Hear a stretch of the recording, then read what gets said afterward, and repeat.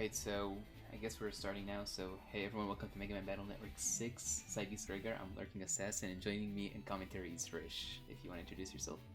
Yep.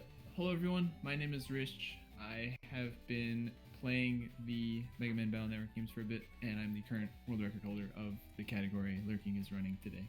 Yeah, and I'm the third place runner if that matters, but I think we're just ready to start right now. So, Rish, do you want to count me down so I can start? Sure, go ahead. So, you can start on go. All 3, 2, 1, go. Alright, so in the start of the game, basically we're just going to be running around talking to people, and the first thing, thankfully in an RPG we can skip cutscenes. So I'm going to be skipping cutscenes and talking to some people before we actually start playing the game. Yes, so it starts off, you just talk to a bunch of different NPCs to kind of get you used to the, basically to introduce you to some concepts of the game.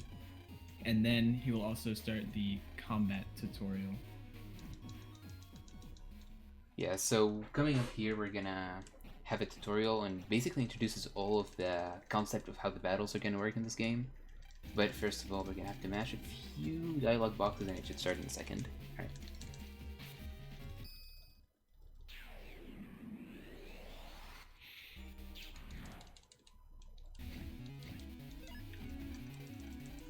Alright, so to start off, basically this game, it's like a deck building RPG. So first of all, what we're going to do is, as you can see here, we have chips, which we're going to use to deal damage, and there's different rules to what chips we can pick, and we can use these chips to kill the enemies. So first off, it's just teaching you how you could pick the same chips, as many of the same chip as you want. So we're going to use these two chips to kill these two enemies and head into the second tutorial fight. Yep, so this second fight introduces the chip code feature. So each battle chip also has a code associated with it, which is a letter of the alphabet. And you can select any number of chips with the same code. There's also the code with it, which is the asterisk symbol, which is a wildcard and can be selected with any other chip code. So right here we select, I selected so he two selects S. an area grab S with a wide sword S, which allows the area grab takes an additional 3 panels that lets him move forward to use the wide sword to quickly deal with 2 of the enemies, and then he is able to buster the final enemy.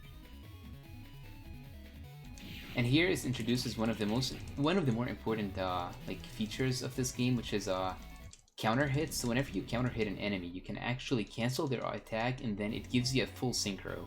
Full synchro basically makes your next chip deal double the damage, so you're going to be using that a lot against a good amount of enemies.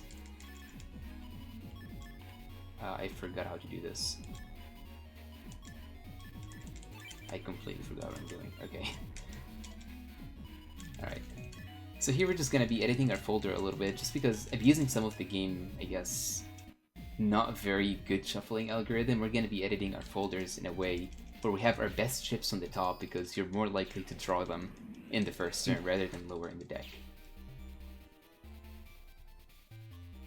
Yep. So the for some reason it likes to move chips around when shuffling. It will only swap 2 chips, it means that chips are actually more likely to stay in their appropriate position in the folder. So therefore, you're more likely, if a chip is in, say, slot 2 in your folder, you're more likely to draw it second. Early on, Lurking is faced with a sort of gate that is blocking his way, and he needs the Reflector 1 battle chip, which he just got from the first fight, luckily, and therefore he's able to move on into the second area to talk to a couple people before we have to leave the internet. You'll also notice that he's nice. That he's counter hitting these enemies. Basically, when you're doing battles, if you play in a certain way, you can get a busting rank at the end of the battle that will help to determine what rewards you get. So, for example, Lurking was trying very hard there to get an S rank so that he can get the Mach Gun 1A battle chip no matter what happened from that fight, which is a very powerful early game chip. So what he had to do was he had to move fewer than 3 times. If you move 3 times or more, you will actually lower your rank. And he also needed to get 2 counter hits, which increased his rank from the base 9 to an S rank. Yeah. Basically, the reason I want an S rank is because if I get a 10 rank, I have a chance of getting a monk gun T or a monk gun A. So if you get unlucky, you could get a T, and as we mentioned earlier, the codes of the chips matters and what other chips you could pick with, and we have no other T codes in our deck. So if we actually get a monk gun T, you're gonna have to like basically pick it alone or with an asterisk, which we don't have many of. Yes. Just basically will be a little bit slower to get the T-coded version. This is actually the hardest part of the game, talking to every student here.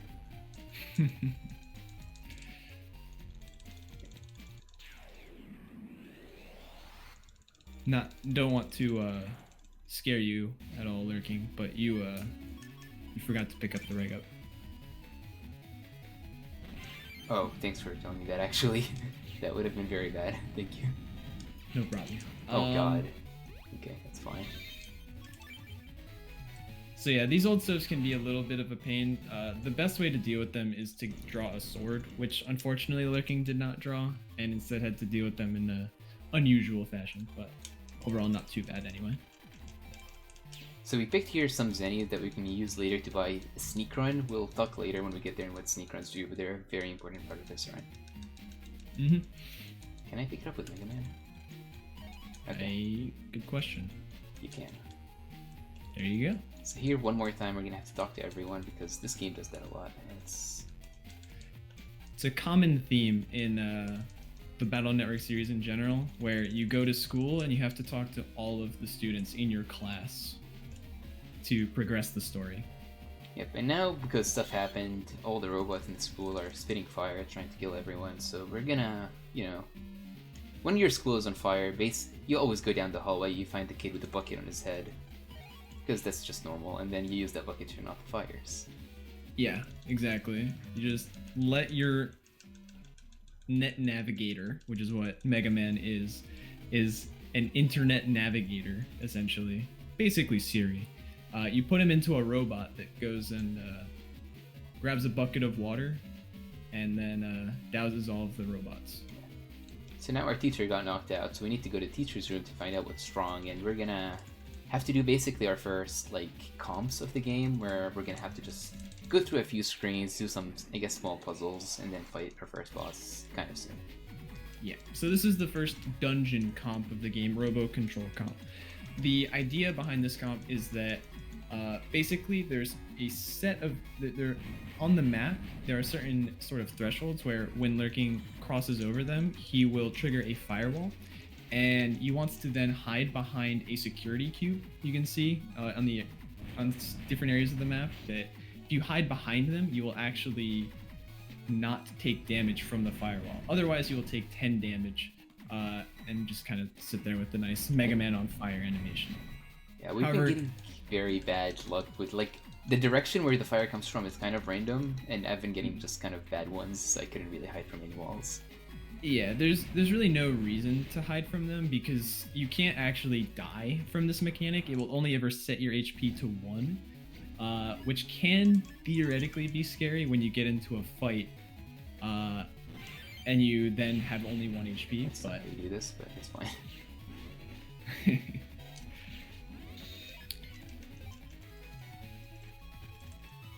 One nice little thing that you might notice if you're familiar with these games is that the Lurking has gone a little out of his way in a few places to trigger extra firewalls. This is because in order to prevent you from having a firewall start and then get into a random battle and have to remember where the firewall was, the game cannot give you encounters during a firewall. As a result, it actually then resets your step counter back to the initial value that it was at before the firewall started, which means that the more firewalls you trigger, the less likely you are to get encounters as you move throughout the comp. So doing some extra potentially strange looking movement allows him to avoid as many random encounters as possible. In comp 1, he gets 1 encounter almost always, and in comp 2 is a very good chance of actually skipping all random encounters.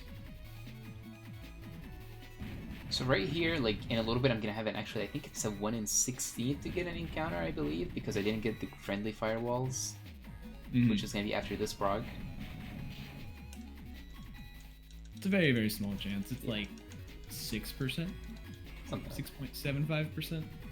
And we skipped it. It was before this firewall if we were to get an encounter. So I have 1 HP, but it's not a problem because we're gonna actually jack out and jack back in, and jacking out actually makes Mega Man heal all the way back.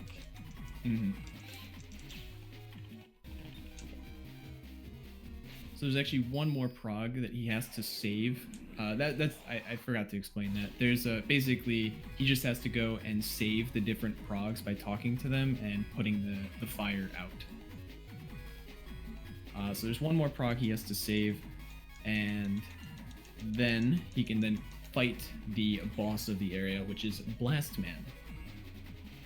He's probably going to do a quick folder edit before fighting Blastman to put in some of the chips we've gotten already. And while he's doing that, I can kind of talk a bit about Blastman's pattern. So, well, I guess you're going to get the 50% random encounter, unfortunately. But Blastman will move 3 times and then move 1 extra time and attack immediately afterwards. If you are hiding behind a security cube, he will always do the same attack, which can easily be counter-hit with a reflector. He also refuses to move into the same row as you unless he's about to attack you. So you'll see Lurking hide behind the security cube in order to prevent him from being able to sort of move into his row, and allows him to get extra buster shots off. And this fight actually went really smoothly. Very good initial draw. Not necessarily the best, but definitely a very clean fight. Yeah, there is like a god draw where you can basically almost insta-kill him. Just you need 1 counter hit and then kill him in the next hit, but that's very hard to get because you need to get like 3 correct chips. Yes.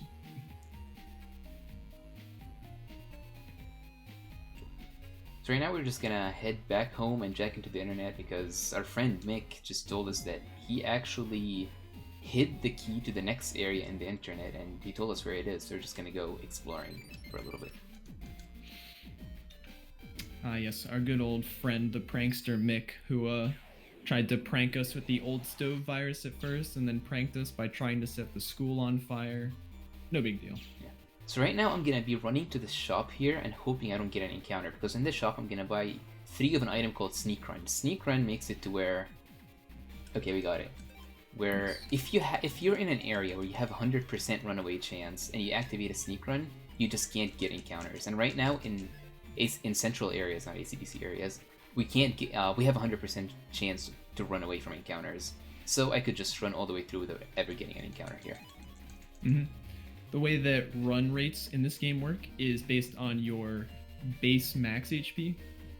Before you have any modifiers, later on in the game you actually have the ability to give yourself extra HP, but for now we'll focus on just pure base HP. You might have noticed Lurking picked up an item known as an HP memory earlier on, which increased Mega Man's max HP by 20. So in central areas 1, 2, and 3, the run rate requires you to have 120 max HP for you to have a 100% chance to run away from all fights. So because Lurking has 120 HP, he can use the Sneak Run in order to completely avoid all random encounters.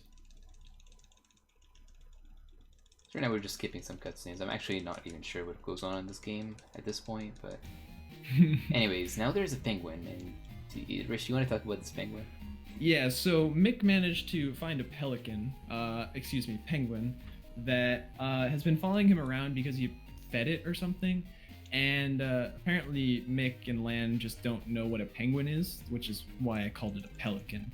They kept referring to it as a pelican, some other names. And now they're trying to figure out what this penguin actually eats in order to feed it so that it will stop bothering Mick all of the time. So we have to go talk to the biology teacher. Tells us that penguins eat fish. It's a great idea. Let's go find some fish in our school. So we're gonna go talk to the biology teacher's assistant, who should know potentially where we can get some fish. But unfortunately he doesn't have any, but his grandpa literally just went fishing, so perhaps he'll give us some fish. Before we do that, we're gonna jack into this comp and pick up another item called a regmem, which I reminded Lurking to pick up earlier as well. Basically, with a certain amount of reg memory, you can set certain chips as your reg chip, which means they will always be put in the first slot in your initial draw during fights. So right now, Lurking has Reflector 1A as the reg chip. Later on, we'll want a different chip, which Lurking hasn't quite picked up just yet, to be regged, but he needs exactly 12 regmem to do it. So we're working towards that goal. That's a good draw. Oh, that's a very nice draw. So we have to help this old man out with his ice box in order to actually get the fish that we're trying to feed to the penguin. Yeah, so something about this game is like if something is not working, there's a virus in it, and there was a virus in a fish box, and hence it was an opening, but we killed the virus, the fish box opened, we have the fish now. Who would have thought that connecting everything to the internet might cause problems with viruses? And there's gonna be a better one soon about a virus breaking something, but we'll get there in about 2 minutes.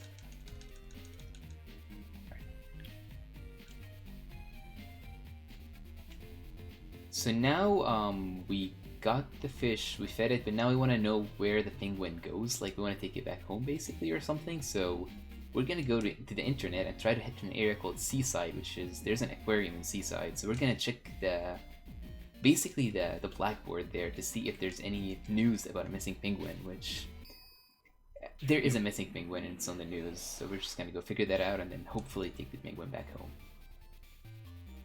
Yes. So one of the sort of smaller features of the Battle Network games is that they always have these things called BBSs, which are essentially bulletin boards. Forget if that's exactly what they stand for. But you can go there, you can read information on them. There's a few times in the different games where you're forced to read them for certain story elements, but in general, they're actually just used to sort of hide little secret things. Like maybe you'll get a lotto code that you can put into the game to get a specific reward from, or it'll tell you exactly how you can use a certain chip in a different way than you might have expected. Things like that are typically what are on the bulletin board, but unfortunately we have no need for such things. So we were about to get to Seaside, but there's a small puddle, and I guess internet navis can't walk over a small puddle of water, so we need to get a plumber to remove that water. Which, if you saw earlier, we talked to a plumber who was freaking out, so we're gonna go back to him and ask him, like, can you come remove that water? But unfortunately the this repair navvy has lost his tool, which is why he was panicking, and thinks he might have lost it while he was repairing some houses in central town, which is actually where we live. So we go into our bathroom. First time in the Battle Network series we have a bathroom, by the way. And there's this Metar with a plunger on his head. It's the best thing about this game. Okay. That is not good. Wait, I did this wrong. Oh my god. Oh god. I'm just gonna... It's okay. Wait, how do I do this now? Alright, whatever. Just do it the boring way.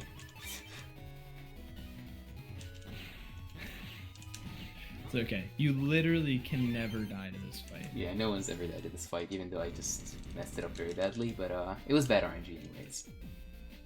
Okay, so now we got the plunger, and we're gonna take it back to the plumber so he can use a plunger to remove a puddle of water. Yes, that is 100% the situation. And coming up we have the biggest RNG choke point of this run, and it could basically make or break this run if you're trying to go for like world record attempts. This is where you reset basically all of the time. Yes. So earlier in the run, I mentioned that there was a door that Lurking needed a specific chip in order to open. In that case, it was Reflector 1. However, coming up, not quite yet, but like 10 or so minutes, Lurking will need another chip in order to open a different door. This time it is Traynor. The issue with Traynor is that unlike Reflector 1A, even if you S rank a fight with the correct virus in it, you are still not guaranteed to get that chip as a reward. So he's looking for fights such as this one that have the piranha virus in it, which will allow him to potentially get the Traynor. It's about a 50% chance if the piranha's drop table is selected. So for example, that previous fight Lurking just did, it was a 1 in 4 chance of getting it, but fortunately not very lucky. This fight is also mediocre. This can be a little... 1 in 6 chance to get it? Nope. Yeah. I might force an encounter because I have full synchro.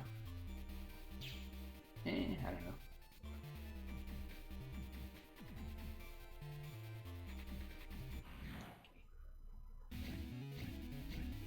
This is another decent fight. So yeah, this one actually is a 1 in 3 or so to try and get it.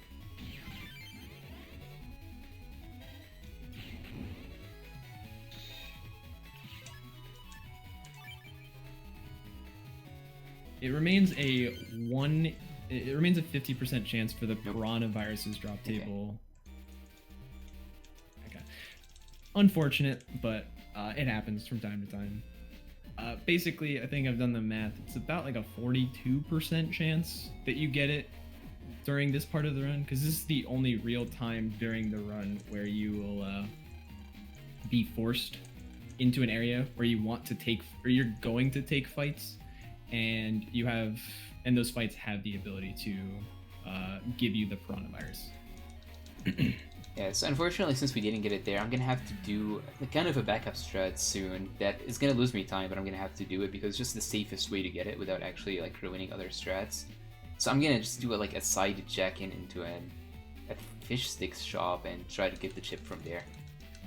Yes, this is actually something newer that we've implemented mostly for marathon safety and whatnot, is that we will jack into the fish sticks comp, which has, no matter what encounter you get, there will always be only piranha viruses in it, which means that every single encounter you get has a 50% chance to give you a Traynor. So that way you can go jack in there and still be able to do the strats that you normally would, which are actually really cool to show off. So yeah, so it's actually not even the ideal place to get this as a backup, but the next comp where you could get this, there's actually a very cool strat that we have, and I want to showcase that, so I'm gonna do that slower backup strat so we can keep that. First I'm gonna do yeah, so right now, Lurking actually got an email that he's forced to read. He's also going to do a folder edit. And so this introduces what is known as the Navi Cust, which is a feature that was put into later Battle Network games, Battle Networks 3 through 6. Basically, you have this grid of different squares, and you have these programs which take up different amounts of space. And you can sort of play almost like Tetris, it looks like, to put the programs onto the Navi Cust that will give you extra effects. There are 3 main rules. Programs, that are solid colors must be put on the program line. Plus parts, which have more of like the sort of gridded look to them, cannot be placed on the program line. And you cannot place programs with the same color next to each other. Otherwise, you will cause a bug. However, these are just recommendations. You can still break them, and we will be breaking them later. Okay, so right now I'm going to jack into this fish sticks comp, just really quickly to hopefully get a train arrow from my first encounter. I have a 50% chance, as Rich said earlier, per encounter to get it. And I'm going to pick up this unlocker, because usually we pick it up later on, but since I'm already jacked in, I could just pick it up right now. Yeah, it saves like a second or two of extra movement, since you can do it now. Oh, I did this wrong. That's fine. It's just... Oh, God. Ow. Okay. So you only really need a 6 rank or higher in order to still have the 50% chance at the train arrow. We got it first. Okay, good. Nice. So yeah, if you get a, is it a 10 or an S, you have a chance to get a train arrow A, but that's also very unlikely even if you get those ranks. So we usually are very satisfied with the train arrow K. So yeah, it's basically if you get the chip at an S rank, it will always be a train arrow 1A. If you get the chip at a 10 rank, it has a 50% chance to be A coded, which flows very well with our folder. But otherwise, you will get the K code, which isn't necessarily bad. Train arrow is another chip that's very strong early on, so it's very good that we are kind of forced to get it. There are a few fights where it is the best chip single-handedly to draw. So yeah, especially in a coming up fight, it's gonna be in about like 20 minutes or something. Basically, you have two things that could happen in that fight. You draw train arrow and it's a good fight, or you don't draw train arrow and it's a horrible fight. Mm-hmm. So someone asks, what is any percent Gregar? This particular category is called any percent Gregar. It's basically reach the credits as fast as possible using the Gregar version of the game. Kind of similar to Pokemon in some ways. The Mega Man Battle Network series, after Battle Network 3, was split into 2 different versions for each game in the series. So there is Psybeast Gregar, and then there is Psybeast Falzar. And so Lurking is currently playing Psybeast Gregar, which we can sort of explain the differences a little bit later when we get to those features of the game. But overall, Psybeast Gregar is actually just strictly faster than Psybeast Falzar. Yeah, Gregar I think is like probably like roughly 6 minutes or so faster if it's optimal runs. Mm-hmm. Somewhere, yeah, it's around 5 or so minutes here. Yeah. So anyways, now stuff happened in the aquarium, I don't know exactly what, but all the animals are coming out and things are going badly. So of course the middle schooler land has to save the day because no one else can do that. Yes, Captain Blackbeard has taken over the aquarium and let out all of the animals. You heard me right. Captain Blackbeard has taken over the aquarium. This game makes 100% sense, trust me. So we want to go to the control room to fix the problem, but there's a seal or a whale, or is it a seal? Elephant seal. An elephant seal in the way, and we can't push it out, but we notice there's a small ball in the water, but there's jellyfish, and Lan can't go there because jellyfish will bite him, and that's painful, so we need to find the copy bot so we could put Mega Man into it, and Mega Man can go into the water. And conveniently enough, there's one waiting for us right here. Wait. You need to go the other way, yes. I'm sorry. Never mind. I was about to make fun of Rish because he once forgot to get in the copy bot, but the joke's on me. We're supposed to go down here first. Yes, the very weird sort of cutscene trigger you need to do here. It's very common to forget this. You trigger this cutscene and then it causes the copy bot to spawn that Lurking was talking about. There it is. That allows him to actually send Mega Man into the copy bot, and basically this copy bot is apparently waterproof, so it can go into the water and deal with the jellyfish. Little fun fact, so basically in an earlier cutscene we saw the elephant seal playing with a ball, and the trainer said something like, the only thing that Fanny the elephant seal loves is its ball, and so that's why we need to get the ball, is to, you know, basically sort of trick it into moving away from the door. And this is our toy, which, you know, Lan's gonna use here to be able to get into the control room, and then we're gonna do the next, again, quote-unquote dungeon of this game, which is Aquaromcoms. I don't know if it's supposed to be aquarium, but they just cut off the I or whatever, but it's Aquarom. It's a very common thing in Battle Network for names to be cut off based on, you know, character limits in English. But yes, as you can see, it's spelled in the bottom right. It's Aquaromcoms, but it's supposed to be aquarium. Basically, there's a gate in our way. In order to unlock the gate, we need to return certain programs which represent different types of fish into their respective tanks. So basically, we have to talk to them. They'll give us a hint, And then we can actually use the L button, which is normally used to get Lan to tell us, Lan or Mega Man to tell us like a little hint about what exactly we're supposed to be doing. But if we press the L button, we can swap back to Lan, who can then explore the aquarium to actually help you determine exactly what fish this particular program is representing. So you'll actually notice that Lurking is doing this, switching back to Lan and then back to Mega Man immediately.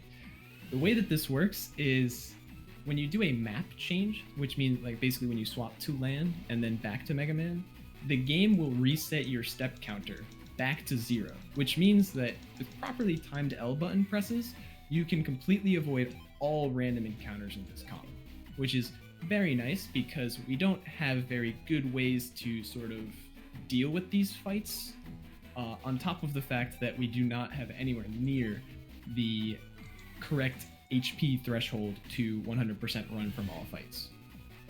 And if you remember, I mentioned earlier how there is another place where we could get Train Arrow. It's actually in this comp, but the thing about this comp, you're not guaranteed to get the piranhas in every fight while you are in the fish sticks. That's why I decided to get the Train Arrow in fish sticks and then do the L button strats here, because it's just a very fun tech to do, and I didn't want to really skip out on it because of bad RNG.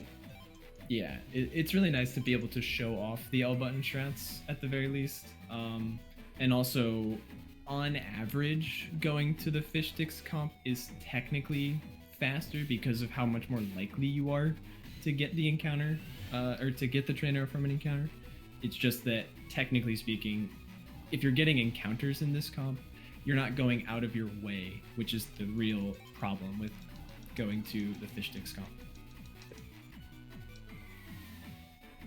It also makes it way more sort of marathon safe from a time perspective, because we do not lose nearly as much time going to trying to get encounters in fish sticks comp as we potentially can in aquarium comps. This prog always scares me because you barely cut the corner with that red shark. Yes, so that's something I didn't fully explain. When you talk to a prog and pick them up, the game will spawn a bunch of sharks that will... there's two different types of sharks. There's blue sharks and there's red sharks. And they have slightly different patterns, but if you run into a shark with a prog, the shark will eat the prog and send it back to its original location. So you have to start all over again, essentially. The blue sharks will sort of try their hardest to always go in a direction that will get them closer to Mega Man, while the red sharks move slightly faster than the blue sharks, but always move in a very set pattern. So by manipulating his movement a little bit, you might have seen him like start walking in a few places and stuff like that. Lurking is able to completely just avoid the sharks in a 100% consistent manner. So this is going to be the last comp. There's actually 4 progs in this one, as opposed to the 3 in the other comps, and after that we're going to fight arguably one of the worst bosses in this game, which is Dive Man, who's waiting for us behind that gate. Yes. Dive Man is a very RNG heavy boss, which I will go into a little bit closer to that. But yeah, so this comp has actually 4 progs you need to find, and has 5 sharks that actually spawn.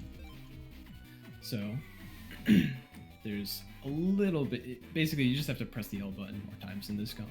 It's really the only difference. Is it like 4 total? 5 total, right, in this one? At least 5 total. Oh, I went the wrong way. I should be fine. Okay. No, yeah, there's a little, like, you can be a little different in this comp because of how spread out it is, that even like small mistakes in movement will not mess up anything too heavily. There's a couple of progs where you basically like have very tight movements, so if you take a wrong turn or something, you're probably screwed, but for this one it's just very lenient. Yeah.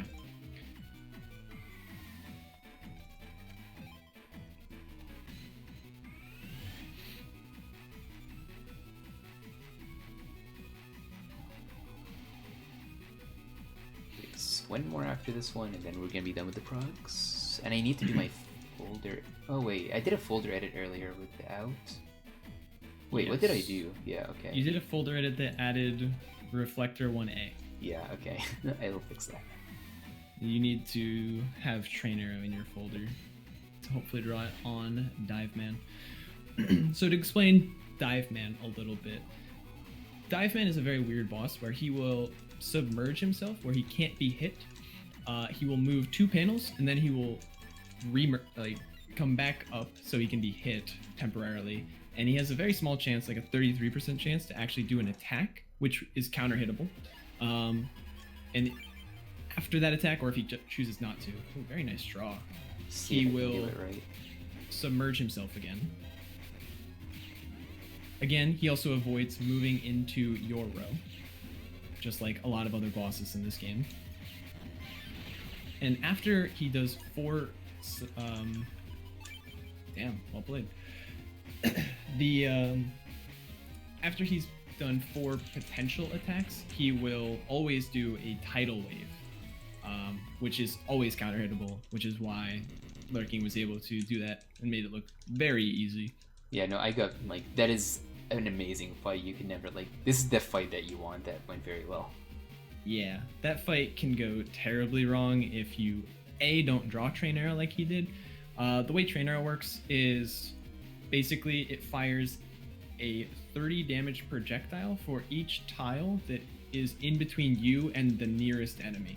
So with Dive Man at the back, it'll actually spawn 4 extra projectiles and fire 1 off from where Mega Man is as well, for a total of 5 projectiles at 30 damage each. With full synchro, that multiplies by 2, so you're doing 300 damage, which is an insane amount. And then the crack shot that I used to counter hit him does 60, so I did like 360 damage basically instantly on him. On top of the fact that he was throwing in a couple charge shots every time that he was surfacing, I guess is the correct word. I kept looking for the opposite of submerging. I couldn't figure it out.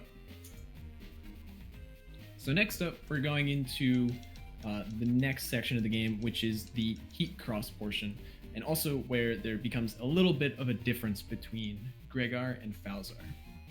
So at this point in the game, they're going to introduce the concept of link navies, where you can do a specific scenario, and you will become at the end of it, you'll become a link navi with a particular navi, which is different based on the version of the game you're playing.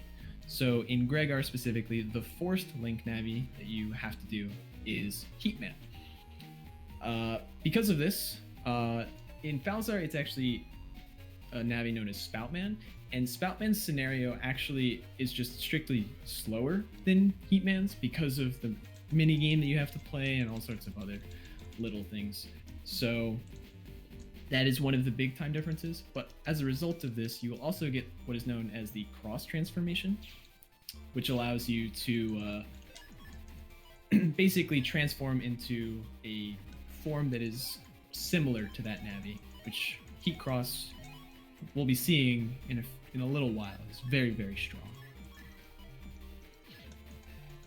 So Lurking just bought a few more sneak runs, and we'll begin the kettles. So the way these work is actually that you have to deal 100 fire damage to these kettles in order to cause them to boil over and essentially deletes the virus. Yeah, so we're going to be abusing full synchro here a lot, and basically every fight we're just going to pick crack shot and heat press, which is a chip that you can only use when you're Heatman. It's just kind of an additional chip that you get. Mm-hmm. Each of the link navis have a signature chip that they always have access to at the start, so it's very good that we have it routed out to the point where you can basically properly counter hit enemies and use only heat press with crack shot on reg in order to maintain full synchro in between fights and quickly deal with them. For the next fight, I'm actually going to save. It's very simple, but if you do mess it up, it's bad, and I haven't practiced it recently, so I'm just going to take 2 seconds to save in case I do mess it up. Yes, messing these up is definitely very, very bad, and it always feels bad because it doesn't look very difficult at all. It's not just it doesn't look like, they're actually very simple and they're very precise, but if you just kind of miss a counter hit because you went like a few frames early or something, you're just screwed. Okay, So yes, Lurking is actually now regging the chip that we were talking about earlier, which is copy damage, which will literally copy the damage dealt to other enemies onto the enemy that you have the cursor on. So luckily, this actually copies the fire damage over to that enemy, and therefore causes that kettle to boil over as well. We'll swap back to Crackshot Reg because it's a little bit better for this fight coming up, which is Heatman. Heatman will move a random number of times and then do an attack that is usually very easy to counter hit. Overall, his pattern isn't very important. The key thing about him is that he is fire element. Because of this, there is an elemental based system where aqua chips will do double damage to Heatman. So ideally, you would draw Traynor, which does aqua damage, and deal the full damage to him with full synchro, which, when doubled because of elemental bonus, ends up being 600 damage. Yeah, this is the fight where if you don't draw Train Arrow, you're like, it's just a slow fight because Train Arrow basically one-shots him. Yeah, we have no other real way of dealing with this fight except for Train Arrow. It's a little unfortunate. He-Man's pattern has also been very strange today. I've never seen him jump so many times.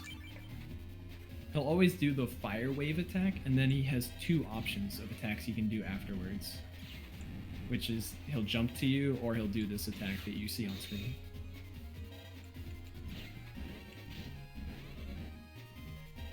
Actually interesting. Okay. Disgusting fight, but that's just how it goes. If you don't draw Train Arrow here, you lose like a minute or something just because of how the fight works. It's unfortunate. And so this is the tutorial for Heat Cross. So basically, Mega Man will transform into a form that looks a bit closer to Heatman, and I'm not sure if you'd go for this trick. I messed it up. There's a quick kill here that is very tight, but you can actually kill the two Metars in the back at the same time if you do a very tight menu buffer, I guess, pause buffer. Yes, so basically every battle chip actually has an animation like cooldown to it, where you use a battle chip and you are unable to use another battle chip for a set amount of time. However, certain battle chips don't have a separate animation that Mega Man has to do. So by pausing the game, you can actually let that timer run down, which means that if you properly press A to use a battle chip, move forward, and then pause the game for enough time to let that cooldown tick down, you can then immediately unpause and press A again to use the second battle chip to double delete the back two Metars. There's also like a few frames where both Metars are invincible, so if you hit them during that time, it's actually just way slower than not going for the strat. Luckily, I didn't get that scenario, I just kind of only killed one of them. Yeah, so coming up, Lurking is about to use what are known as lotto codes to get a few very important components that will help us tremendously through the run. He's going to put in a series of 4 8-digit numbers that will get us 4 different rewards. The first one being M Boomer. We'll explain that a little bit more. I guess I can explain it now. So basically, he's going to be getting 2 battle chips, M Boomer, which is a very powerful chip that drops grass panels, which means that when combined with our Heat Cross Buster, allows us to do double damage, which is very, very strong. And also Elm Trap, which is a star-coated null chip. We'll talk about why that specifically is important in a little bit. But also a relatively strong attack that when you use it and the enemy uses an elemental-based attack, will trigger the trap and deal 240 damage to all enemies. He also picked up 2 Navicus parts, HP plus 400, which is mostly because we're going to be damage boosting a lot, and it makes the game way easier to do. And also Buster Pack, most important thing in the entire run. So as you see, you just kind of put Buster Pack off the 4x4 grid, which is kind of cheating, which means that we now have Buster Bug. what Buster Pack typically does is it will increase your Buster stats to be 4. So basically he now has 4 attack, 4 charge, which means he's now charging faster, and 4 rapid, which means he can fire off his rapid Buster a bit more. But the key thing is 4 charge, really fast charge, and also 4 attack, meaning his charge shots will now do significantly more damage. On top of this, one of the benefits of Heat Cross is that it increases your attack by an additional 1 when you're in that form, meaning that he'll actually have the max 5 Buster attack, which will mean that his charge shot is doing the most damage that it actually can, which for Heat Cross specifically is 130 damage. Yep.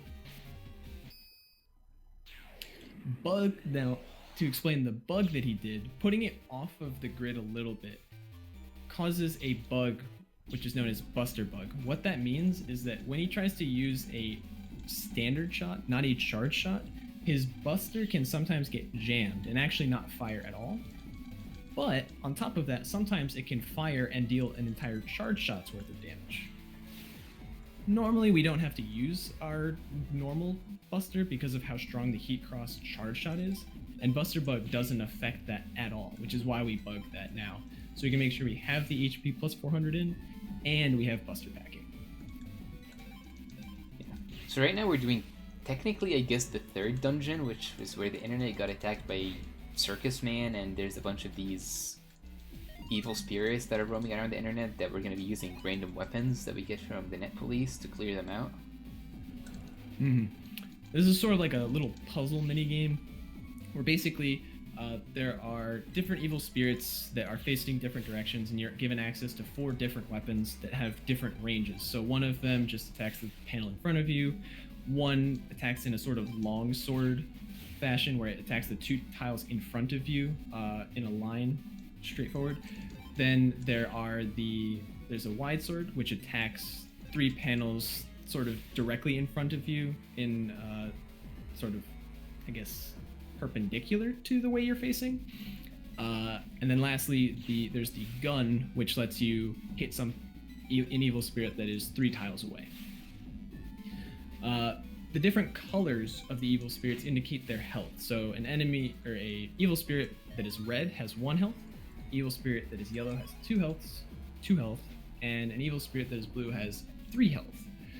However, if you hit an evil spirit from behind, regardless of its health, it will always die. So there's going to be a few times where you'll notice that we'll actually try and hit an evil spirit from behind to make sure that we can quickly clear or delete it. And then also, if you are on a tile that is adjacent to an evil spirit and you use a soul weapon, is what they're called, to attack an evil spirit but don't kill one on an adjacent panel, it will actually retaliate and deal damage to you. The key thing is that that's just slow because there's a whole animation associated with that. So we go out of our way to avoid that animation by dealing with them in such a way that there's never an evil spirit left adjacent to us that or when we use a soul weapon. So these are like very tightly routed. Like we know exactly what to do. The puzzle's always the same. It's just kind of memorize and go around. So it's kind of like, if you are running this game, it gets kind of like one of the slower parts to run because it is an extended, I guess, mini game. While it's just a very simple puzzle once you memorize it. Yes, it is a very, very simple mini game that can be challenging if you haven't seen it before. Yeah. But to speedrunners, we've seen it at least dozens of times, so it's relatively simple. There are some later versions of it that get a little tricky, and if you make even one mistake, can actually ruin the entire thing, which means you have to be a little careful.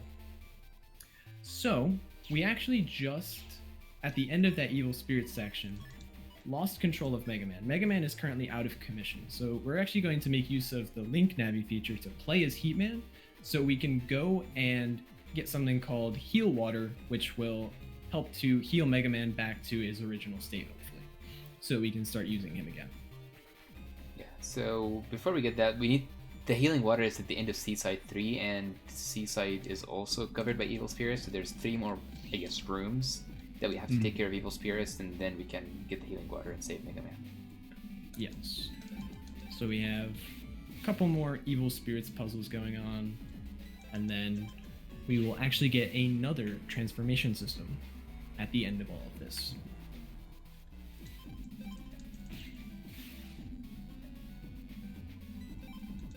I guess since we don't have much to talk about right now, we should mention about a little bit of the movement of this game. I've been kind of moving in very specific patterns, I guess, and there's like two very important things about movement in this game. Is one, every time you turn, you lose a frame, so whenever I'm moving, even right now, I'm trying to cut as many turns as I can just to not lose turn frames.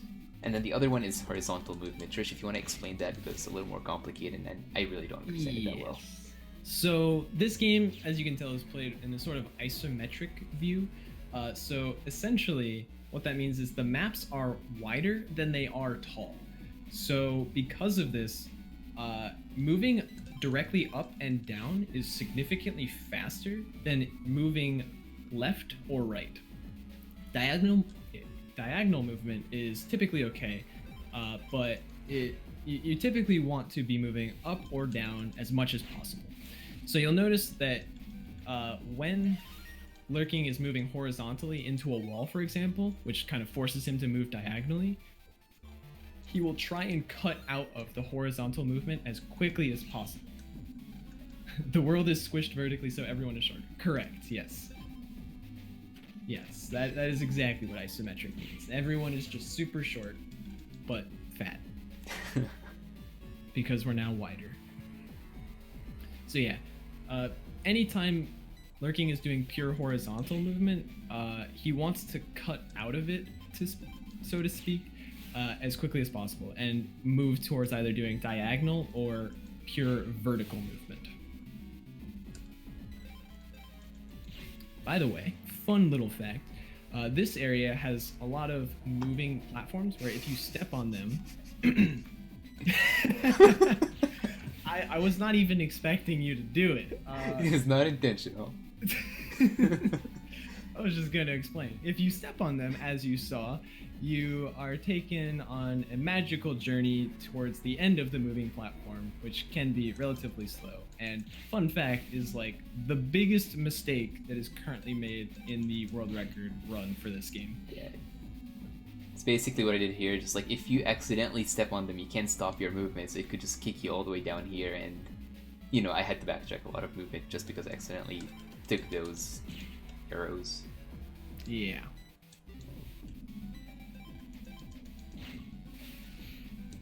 One other small thing to note is that when you delete an evil spirit, it actually has a small animation of it disappearing, which takes longer than it would to just sort of hit an evil spirit. So you'll actually notice that he'll sometimes set up evil spirits so that he can delete them multiple evil spirits at a time. I actually didn't know that was the reason, but that's good to know.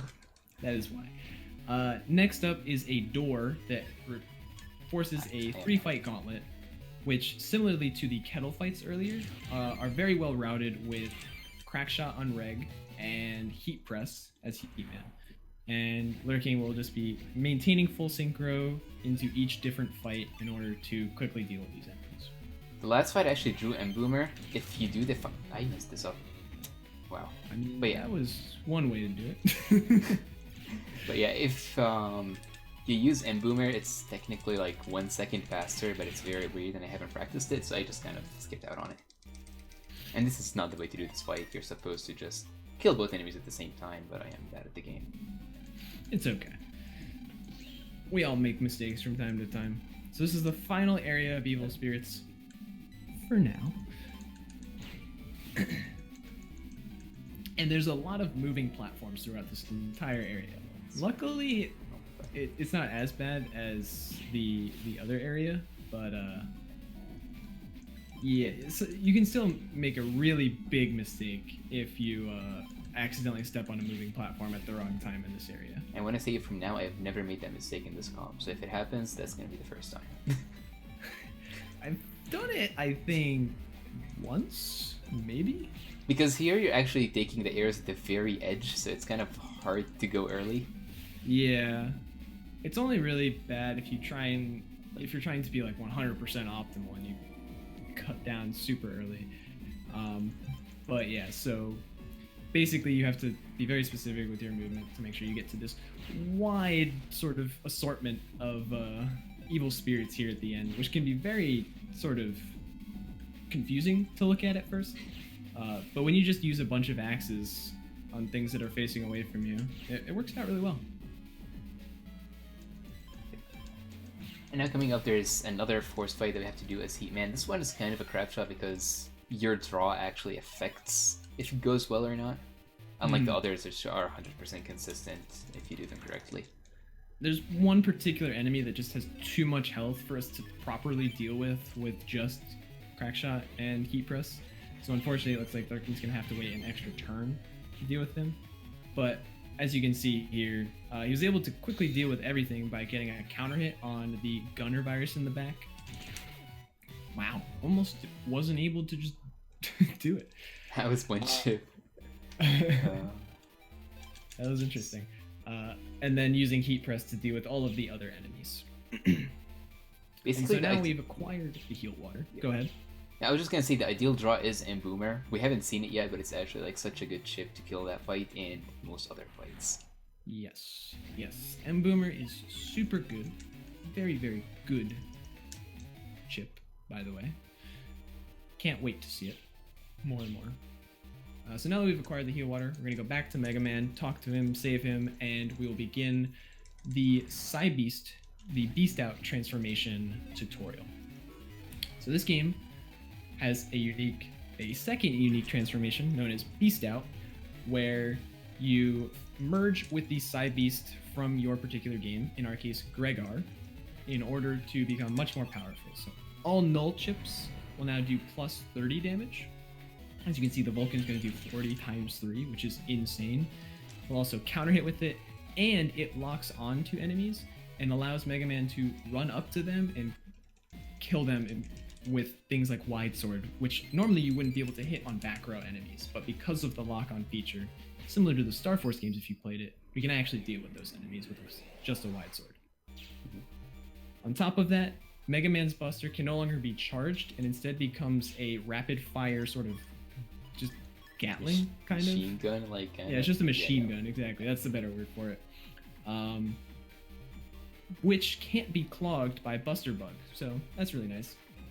On top of this, one small thing that hasn't been shown yet, but is very important later on in the run, is that as when you're Beast Out, you are able to charge null element chips to do a slash attack that will run up to the nearest enemy and deal some amount of damage. I forget the exact math. Basically, in our case, it will do 180 damage to the enemy in a double swipe attack. So this is Circus Man, by the way. We're going to show off just how strong the Heat Cross Buster is, hopefully. I screwed myself up very badly this fight.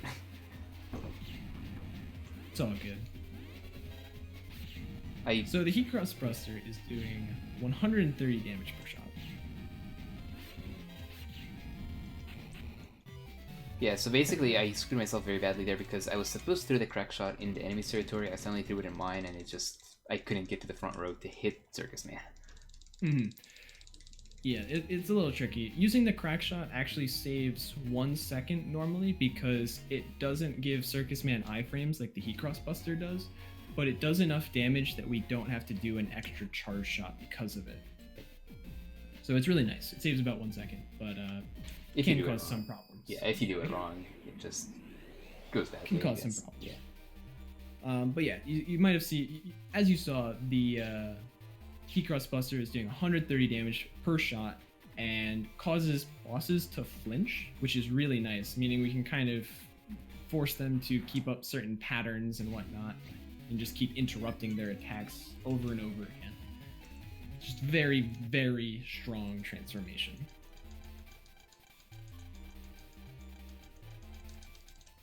So right now we're doing kind of like a mini game, like I guess a hide and seek kind of game with those people. So we just talked to someone and they just told us that they're hidden somewhere on the internet, and we're just gonna have to find them 3 times or in 3 different hiding spots, and then they're gonna give us a little gift that we're gonna kind of use. Yeah, basically this is in the game what is called the Pavilion Operator Navi test. Basically, you're competing with a bunch of other navies in order to become the Pavilion Operator Navi, which is not really important as to what exactly that means, but basically you're playing hide and seek. You have to go find them 3 times. Once you found them 3 times, you will move on to the next stage of the test, which will happen later on. And on top of that, they'll give you a small reward, which actually is pretty nice in our case. So the first place that they're hiding is inside of this monitor or screen that's in the aquarium. Yes, they give you the hint of seals, I believe. Something to do with seals. Cyber seals, I think. Yeah, cyber seal.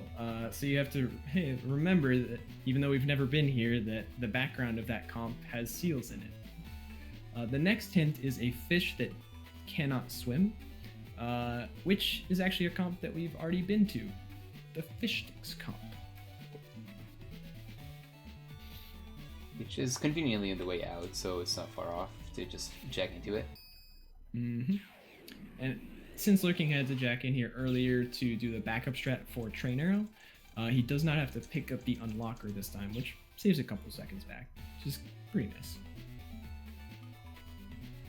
And the last one was it, they're constantly looking at crayfish, I think, or something. Correct. Yeah. Yes. Always watching crayfish, which means we have to go find where there's crayfish and find something that is always looking at them. Yes, so someone asks in chat which game is faster, Falzar or Gregar. Gregar is faster because the heat cross transformation is strictly better than the version that we get in Falzar, known as Spout Cross. On top of that, the heat cross split in general, the sort of Link Navi scenario is faster in Gregar. And yeah, that's pretty much it. Those are the 2 key differences that cause a lot of the time difference. So this is the last area where we're supposed to find these people, and it was actually in our own classroom. And they gave us a gift folder that we're going to use to edit a folder very soon. But first we're going to have to take a little quiz, because we like quizzes. Yes, this quiz is seemingly useless. You get a reward, which is a key item. The only real thing with that key item is that it gives you a lotto code, which, we can just know off the top of our head anyway. I don't actually know what it is. It's not important, but the key reason... Nice. The key reason that we do that quiz is actually to unlock a later quiz, which will get us a very good reward if we do that quiz. We'll actually go just completely out of our way to grab it, just because of how good it is and how much faster it makes the run. So now we're here in green area, which is where the court is in this world, and we're just gonna be visiting for now, but we're gonna be coming back later for more important business, I guess. Yeah, so basically, story-wise, because we were key witnesses at the aquarium incident, we've been asked to participate in the trial. However, apparently we weren't registered, so we need to go onto the internet and register ourselves as a witness so that we can actually enter the courtroom. So this is the reason that we needed the unlocker. It's for Black Bomb, another very powerful chip. Not quite as good, but still really good. Or not quite as good as M-Boomer. You also noticed that Lurking took a lot of null-coded chips out of his second folder, which we got from the Pavilion Operator Navi test, and has put all of those, along with Black Bomb, into our actual folder. So now our folder is a bit more streamlined, closer to single-coded, almost strictly A and D coded with a few B codes. And then there's some really strong chips that are, I think, K-coded, M-coded. Yes. I've never skipped this encounter before. Nice, very nice. Okay. And F-coded. So there's a gate that's in our way, and we need to know the answer to a question. What what is the punishment for hitting a Mr. Prog on the head? Now, when we were exiting Green HP, we were forced to talk to this Navi, who's part of a group of lawyers in the making. So we have to pay an entrance fee to join this group so we can ask one of the lawyers in the making what the punishment is so that we can go and open the door. Fun fact, the punishment for hitting a Mr. Prog on the head is something infuriating. That is all. Yes, and at this point of the run, encounters are kind of a big RNG factor. So if you saw me earlier, I freaked out because I skipped an encounter in this area, and it's very uncommon to do that. But we can deal with encounters very quickly, so it's not a big time loss to get them, but it's basically the biggest RNG point at this point, just how many encounters you get. Yep. So, as I mentioned earlier, there are different HP thresholds for different areas to determine whether or not you can 100% run away from fights. However, in Battle Network 6, these HP thresholds are very difficult to meet. So, because of how strong the Heat Cross Buster is, we don't actually pick up additional HP memories to be able to sort of skip these encounters, or sort of run away from these encounters, and instead we just deal with most of them as quickly as possible. They're generally very easy to one-shot just because of how strong Heat Cross is, and combined with what's it called, copy damage, you can basically one-shot almost every encounter. The most shard shots you should ever have to do in a fight is 2, ideally. That's just how strong the Heat Cross Buster is.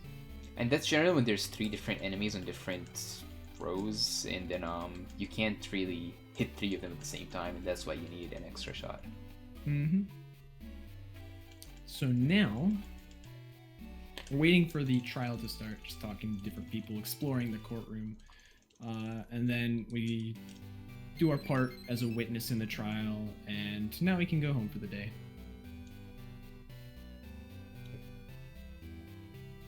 This is also when you unlock the second Link Navi scenario that you have the option to do. Unlike the Heatman one, which is forced on you to sort of introduce you to the concept, the 4 remaining Link Navi scenarios unlock at different parts in the game, and you have the option to go and do them.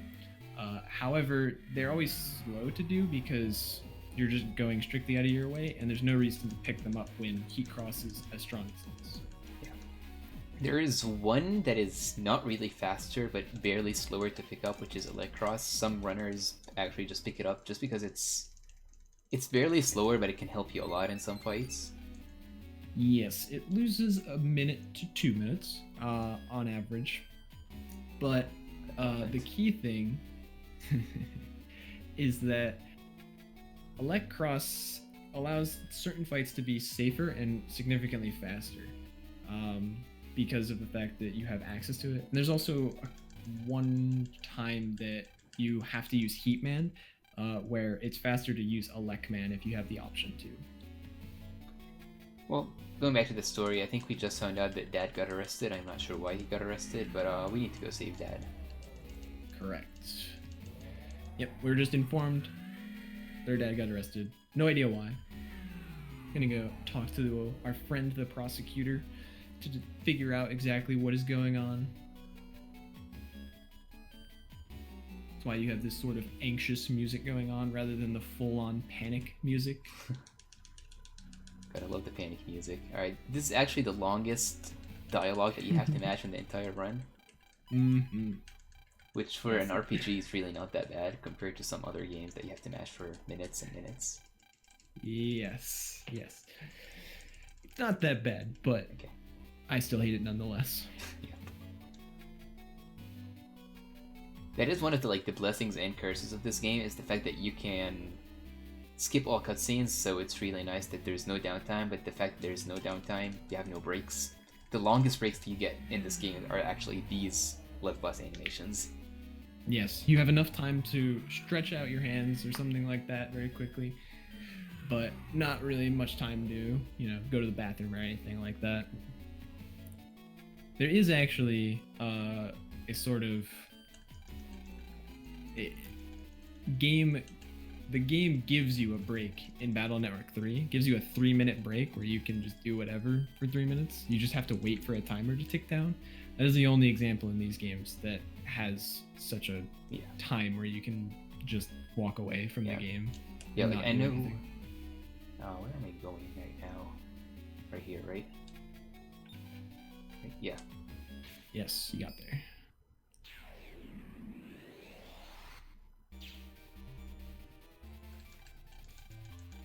So now we found out that I think Dad was in our classroom fixing something. That's what our teacher told us. So we went into the cameras to get some alibi for him, but there's a virus in it, so we're gonna have to kill this virus. So yeah, when we talked to the prosecutor, he told us that our dad is on trial for supposedly hacking into the judge tree, which, for those that I didn't really explain it, the judge tree is the system in place, the internet-based system that that basically determines whether or not someone is guilty or not. Now, our dad has no reason to hack into the judge tree, and based on the time of the crime, we realized that we were talking to our dad when the crime happened. We realized that he was at our school, actually. So we go to find evidence. Turns out the evidence has been intentionally deleted, which is very suspicious. But luckily, our good prankster friend Mick hid a security robot in a locker. So, funnily enough, the security robots actually maintain all footage of everything they have seen. Basically all, footage. And so now we can use that to not only get an alibi for our dad, but we can also use that to figure out who deleted the footage and therefore who is actually guilty of the crime that's being committed. And so we use this to find out that Prosecutor Ito himself is actually the one who is framing our dad for hacking into the judge tree. Which, fun fact, Prosecutor Ito is actually the one who developed the judge tree. Who would have thought that, developing an internet-based system to determine who's guilty or not is a bad idea. Right, so here's our dad in getting electrocuted or something. Yeah, he's in the electric chair. That's his punishment. Is like 100 hours of being electrocuted. We go to confront Prosecutor Ito about it, and he has the judge tree proclaim everyone in the whole world guilty of something. I don't think he gave a reason. They're just all guilty. And so now everyone is being chased by punishment robots, potentially being electrocuted. So we're trying to find a secret back way into jack into the judge tree to stop Prosecutor Ito. Oh my god, that's the wrong guy. Oh my Unfortunately, god. it looks like Lurking forgot exactly what the code to the door is. For whatever reason, it's so easy to remember. It's 153. But yeah, unfortunately, when you reach the door, Lan just says he has no idea what the code is. We have to go back. The hint is another law number, essentially. So we have to go back to our good friend, the group of lawyers, to ask them what the answer is in order to actually open the door. Right. And now we begin the next dungeon comp, the Judge Tree comps. The idea here is you cannot step backwards on any panel. If you step on a panel that you've already visited, you will be stepping on the grass, which is illegal, and a gavel will come out and punish you. And it will chase you around for a bit and then punish you once it catches you. Though, as we said, a lot of the rules in this game are more like suggestions, so there will be times where we will not care about the gavel and actually use it to our advantage. So in this first comp, in the first comp we're not gonna do that because we just don't have any to do that. In the second comp, potentially I will go for it. It depends on my encounter RNG and how early I get an encounter, or how late. The key thing is that while the gavel is out, you cannot get a random encounter. And as a result, if you intentionally trigger the gavel and you are able to avoid it long enough to move on to the next area or trigger the next boss fight, you can just avoid a random encounter potentially. Oh, So, wow, Mach-Gun 1A. In this comp, I'll only do it if I don't get a second encounter before I can do it. This encounter was kind of early, so I am very likely to get a second encounter. I hope I do, because I'm not comfortable with that. Okay. So since we got this encounter, I am not going to be doing that strat that we just mentioned, but I will be doing it in the next comp. Mm-hmm.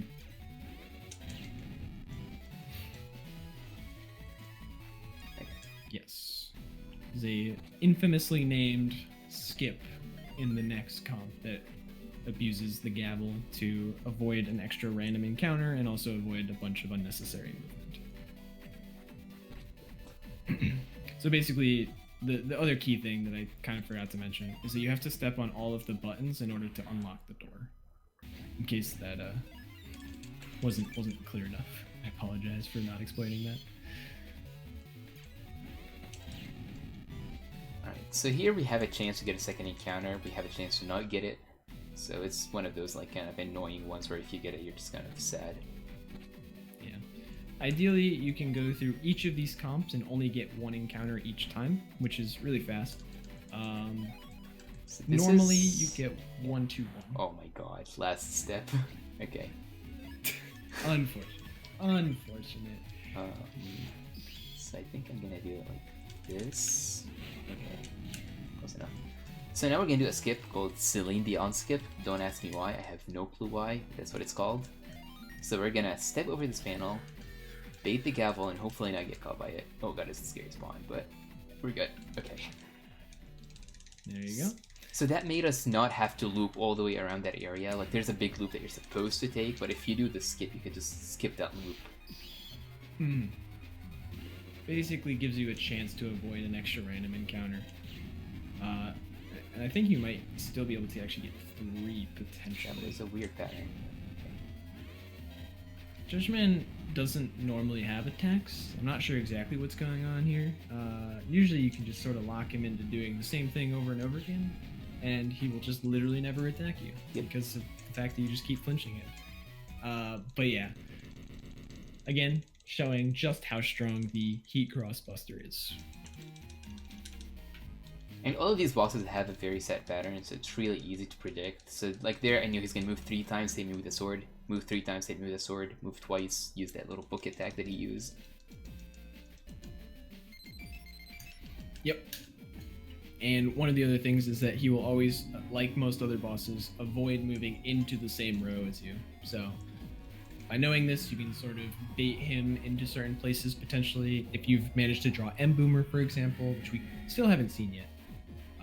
But standard. As we were saying earlier, Lurking is actually going completely out of his way right now to go and do a quiz because he just loves quizzes so much. And actually, the reason that we do this is that we get a very, very important reward known as Slip Runner, which is a Navicuss program. What Slip Runner does is it basically allows Mega Man to always be running, no matter if you're pressing the B button or not. So normally, for example, you have to be holding the B button to run his land, or roller skate around, as you might have seen. And the same thing goes for Mega Man. You have to be holding the B button to move at a faster speed. But with Slip Runner in the Navicuss, you don't have to hold the B button anymore. You will instead always be running, and on top of this, when you press the B button, you will instead slip in a particular direction at a faster than run speed into the next wall. Once you reach that wall, you'll be able to control Mega Man again. This is super key because Slip Runner is just faster movement overall, allows us to go through areas faster than we normally would be able to. But one of the key things is that this game is a little weird in the sense that if you're holding the B button, that's what the game uses to determine if you're running or not, and as a result will give you a higher sort of encounter rate, or give you more steps, essentially. But because we have auto run, essentially we don't have to hold the B button anymore, but we're still moving at run speed, our encounter rate is incredibly reduced now, because we will not be getting we will not be increasing our step counter nearly as much because we're not holding the B button, and we will instead be, as you can see there is the slip run. Just quickly ran up to this Navi and bought something known as Rush Food, which I'll explain in a second. But yeah, so Slip Runner just helps us to avoid even more random encounters.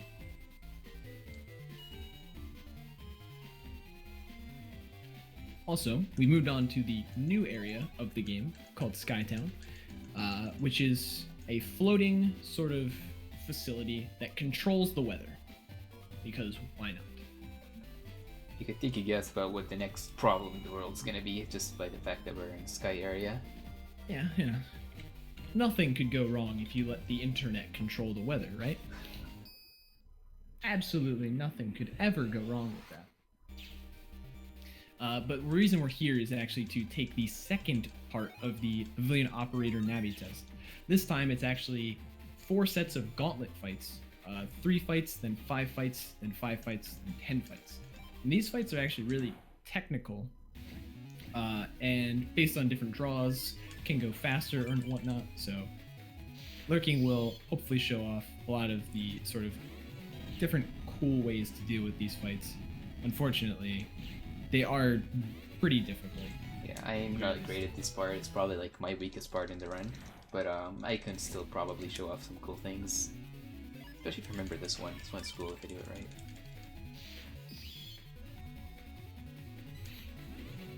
No, so the Prana have a very strange pattern where...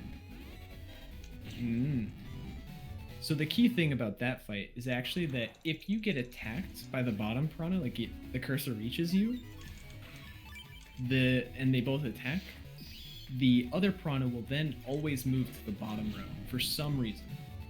And as a result of that, you will be able to double delete them very quickly. But still, pretty fast fights, just because of how strong Heatcross is. The first set of gauntlets is pretty easy though, so next up is a set of 5 fights, which are a little more difficult. I feel like this gauntlet for me is usually the worst. Okay, this one has finally see this thing.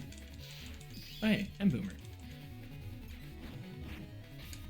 As you can see, M-Boomer is a projectile that goes around the entire area and hits everything on the outside area except for like 5 total tiles, and on the enemy side drops grass panels, which when you deal fire damage to an enemy on a grass panel, that attack will deal double damage, such as the Heatcross Buster. That was pretty good. I did not think about that double cross, or that double crack. Yeah, I just saw double crack and I figured that it's good, and I remember that I always get counter hit by the Piranha in here, so I thought it would be just a good idea. I kind of came up with that on the fly. I never practiced it or thought of it. Yeah, there's a lot of cool little things you can do in these fights. This is the most difficult fight. I'll explain why after it's done. It went pretty well. Nice.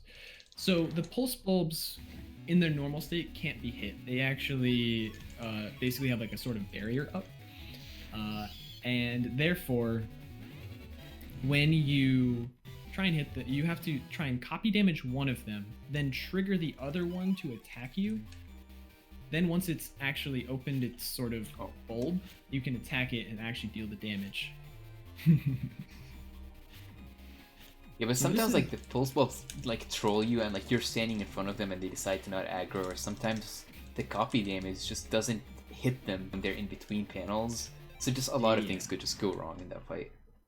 Yeah. Something you just might have noticed that might be a little confusing, that was the usage of the item Rush Food that I was talking about. You can pay 3,000 Zenny in order to buy Rush Food, which when you buy it, you can then place it at different points on the internet, and then Rush will stay there permanently and give you a shortcut across. So that prevents them from having to run all the way around this entire area just to get to this next sort of gauntlet fight. Unfortunately, yes, Black Bomb is a bit of a trap on this fight. I kind of expected that to happen, but I just wanted to try it out. Another interesting thing, this Golem virus actually always takes half damage, no matter what, from any attack, except if you have copy damage on it, and then you hit something else, such as a Grass Element virus, that would then take 260 damage, and that damage is all copied onto the golem to quickly deal with it. Last one. Another really nice thing about the Heat Crossbuster is that, as you might notice, there are actually 3 different sort of hitboxes to it. So because of that, enemies that move forward towards you can actually get multi-hit by the Heat Crossbuster for 130 damage each time. So it can be really effective on certain enemies. And now for the set of 10 fights, which can definitely be very daunting. And there's definitely a few challenging fights here as well.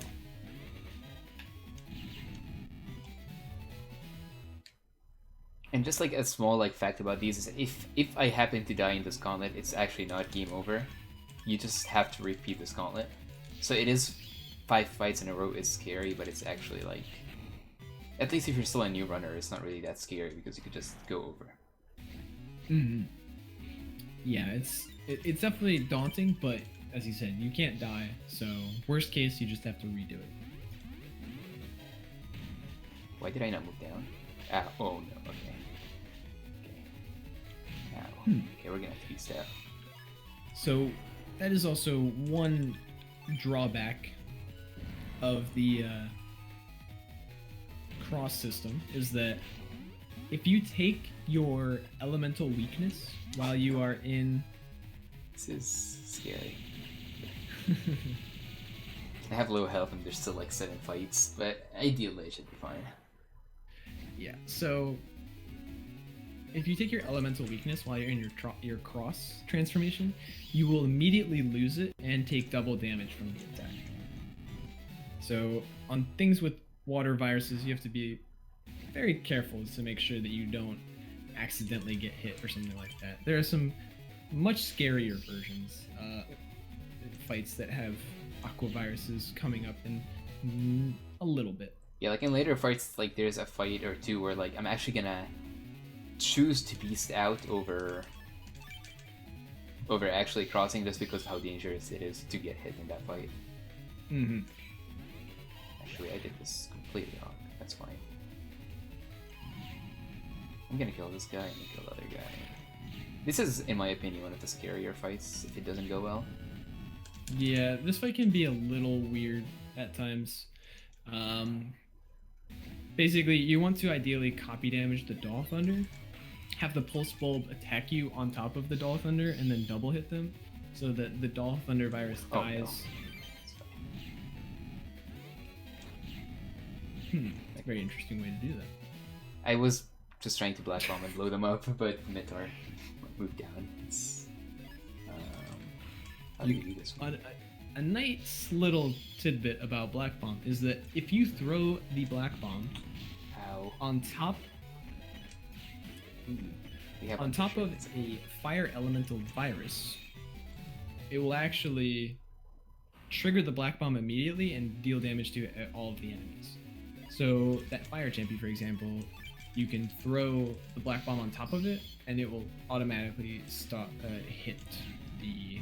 Oh, I could have thrown it at the champion. Oh. Okay. Yes. I didn't think of that part. Okay. I'll remember that for next time, hopefully. There's one more fight. Should be fine. Yeah, no, fine. Okay. We survived. Nice.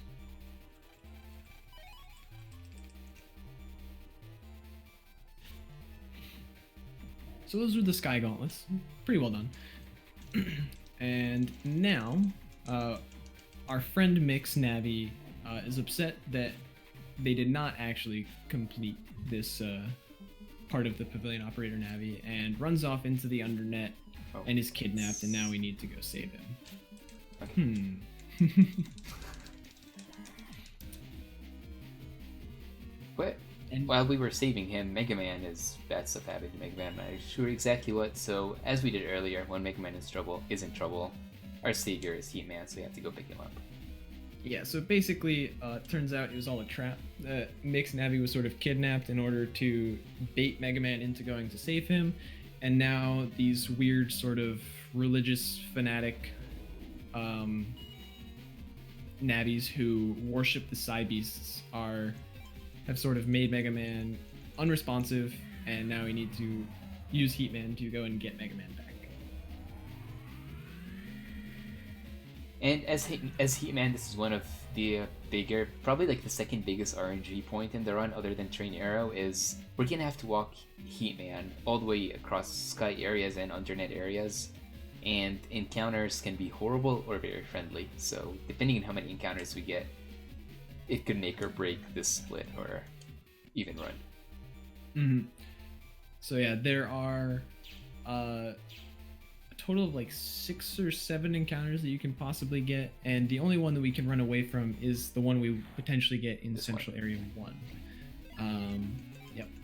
So the other ones we will have to take the fight, even though we are using Heatman, and unfortunately our main strategy is normally Heat Cross, and Heatman is not as strong as Heat Cross, unfortunately. So these fights can go a little poorly if we don't get a good draw or something like that. And unfortunately, we do not have Slip Runner enabled on Heatman. We do not have access to his Navi customizer. No way.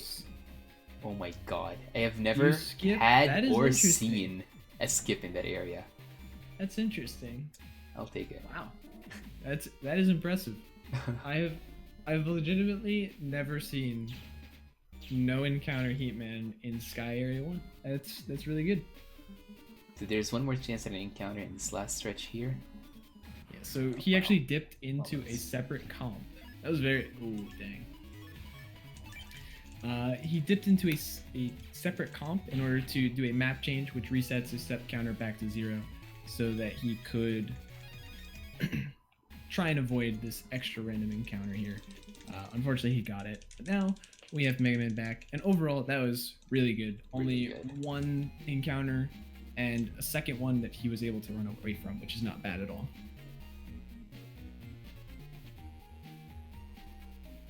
So coming up, we're just gonna be going home, and as we walk out of the school, guess what? The weather is broken. Wow. Who could have guessed that there would be problems with internet-controlled weather? So we're informed by the news that we should just stay inside and, just wait until everything's resolved. But we see our friend on the TV in Skytown. We're very concerned, so we're gonna go to Skytown and try and figure out what's up, like why they're there. So actually, currently this elevator is broken, but since we know it's broken, we're gonna go fix it before we even try to use it. So we're gonna have to jack into the control panel of the elevator, delete a virus real quick, and that fixes the elevator. Mm.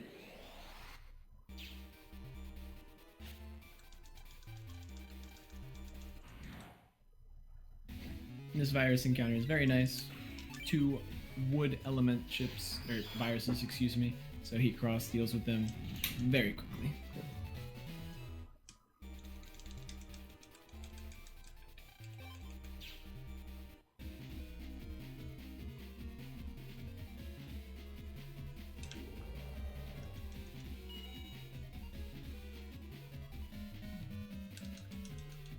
Surprisingly enough, it's not only elevators that break, but these random appliances here are also broken. The fans, heaters, freezers are all spitting bad stuff, so we're gonna have to, again, kill viruses to fix them. Yep. So these have some of the scarier fights that I was talking about. 2 of them actually contain a lot of aqua viruses that can be very scary to go up against if you are using Heat Cross, because you can legitimately just lose Heat Cross and die. Actually, I'm just gonna go the easy way. Yeah. This is one of them. If I had not gotten a good chip, I would have pieced it out because going fire would just kill you, but luckily Elm Trap just kills everything instantly. Yeah, this is one of the few fights where Elm Trap might actually just be one of, if not the fastest options. So that's really nice to draw. And Boomer there might have been faster because, as you saw, Elm Trap has like a small animation of putting it on the field and then another animation of it popping. Boomer is just kind of a fast thing.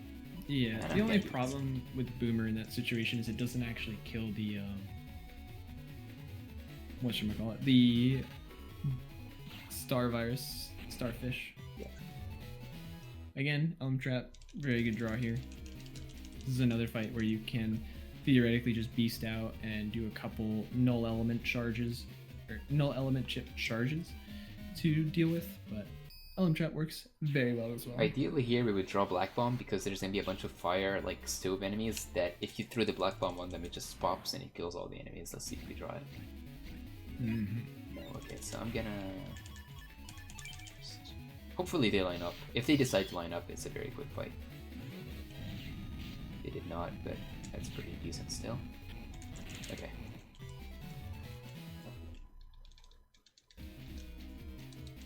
And the last fight is actually always consistent. You can do it with only Heat Cross and copy damage, so it doesn't really matter what we draw.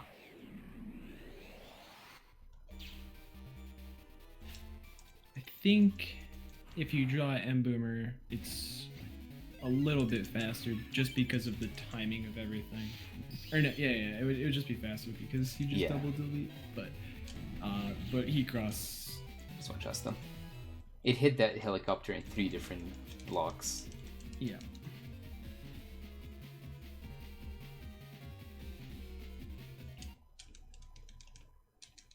Okay, so the person that we're looking for, I think, is happened to be in this little closet, and he's knocked out for some reason. Yeah. So this guy got knocked into, or like shoved into a locker, and someone is basically masquerading around as him. Just basically telling everyone, don't worry, don't come to Skytown, we got everything under control, because he's trying to essentially hack into Mr. Weather, the internet-based weather system. As we are trying to go towards Mr. Weather to deal with the situation, the stairs just magically explode.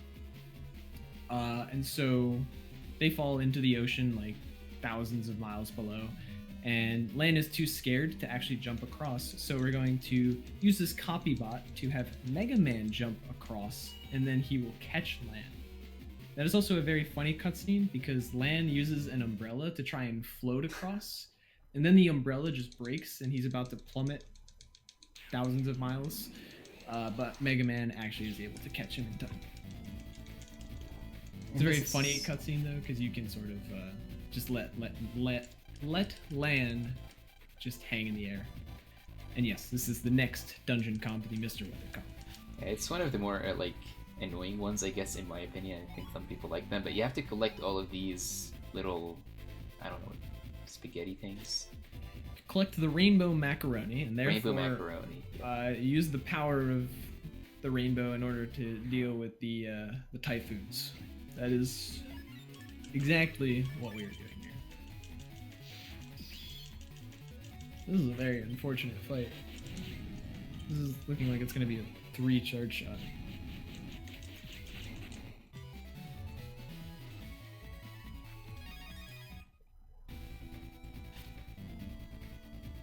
Yeah, so in all of these comps, you generally get 1 encounter. It is possible to get none. And the first screen is the hardest to get no encounters on it. It's also not the most effective because the best way to get no encounters is to actually jack out once you've dealt with the typhoon. You have to be careful because if you have not dealt with the typhoon yet and you jack out, you will lose all of the rainbow macaroni, and therefore you will have to reacquire all of the rainbow macaroni. I totally have not done that on a very decent PP pace before. I believe I also did it on a good run once and was very, very upset. So the first comp had one very slow moving typhoon that basically by pressing A, Lurking just had to circle the typhoon with the power of the rainbow. And oh yeah, he literally has to surround the typhoons with rainbow Skittles. I forgot that's the other way that we have to describe this, is that using just circling typhoons with Skittles in order to... This is a bad fight. Okay. This is looking a little unfortunate, yes. But you got there. Yeah, these fights have been unlucky just because there's a lot of viruses in them, and so yeah, this area now has 2 typhoons that actually move much faster than the last comp. So these typhoons can be kind of bullies. Yep. But they're relatively okay this time. I think I didn't walk up enough. No, we didn't. Oh, you're good. So this is the last screen in here. This is, I feel like, the easiest to skip an encounter on, so if we get lucky, hopefully we're gonna cut off an encounter. Mm-hmm. If I remember That where is to go. correct. You're right. Did I forget one? No. No, you're good.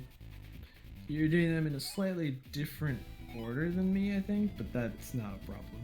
I think this is an old order that I used to use. Okay. So we're gonna have a 50% chance of an encounter, which is gonna come up after I kill these 2 things, if I can find them, and if it could not hug the wall. Yeah, so this is how they can kind of bully you, is they just essentially put themselves inside a cloud, which you can't move through the clouds, unfortunately. So you have to just wait for them to position themselves properly. Nice. So we got off an encounter. It kind of makes up for the bad encounters that we got earlier. And now this is Element Man, and we drew Embu, which is really nice. Oh, this okay. shows the power of that. You can see now his Buster is doing 260 damage when he ends up on a grass panel. He just ended on one every single time and didn't really show off the transformation system, but basically Element Man has this pattern where after an attack or 2, he will transform his element into the next one in the cycle. So unfortunately for him, the first one in the cycle for him is the wood element, which means he takes double damage from our Heat Cross Buster. On top of that, he was also on a grass panel. So he took 4 times damage, and from my last attack that I did on him. It's actually, does it stack? Unfortunately, 3 times. It does not multiplicatively stack. It just sort of, it doubles it twice, but like separately. Yeah, if that makes sense. It's still a lot of damage that just like, it just kills him basically. Yeah. Did exactly 390 damage. He had 380 health. He died. Can't ask for much more. That was a very good Element Man fight.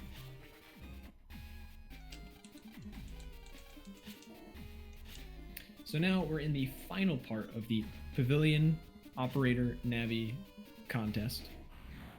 And so the idea here is that we have to go to the Undernet to find something called the Moonstone. We're not told exactly what this is, we're just told that it exists and we need to find it. And so we go to the Undernet, we talk to one of the denizens here, and they tell us that Undernet 2 is known for its sky gazing, but unfortunately there's a gate in the way. And this lovely gentleman here tells us that the person who would know the password to the gate was a bad person and is probably doing time for their crimes right now. Which means we go to Green Tower.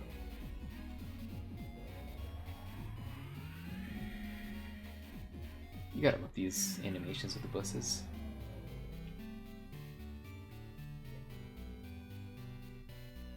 So now I'm just gonna have to go all the way to the same room where we saw Dad getting tortured earlier. This is where we find our friend who should supposedly know what the password is, but this is not how this game works. Yep.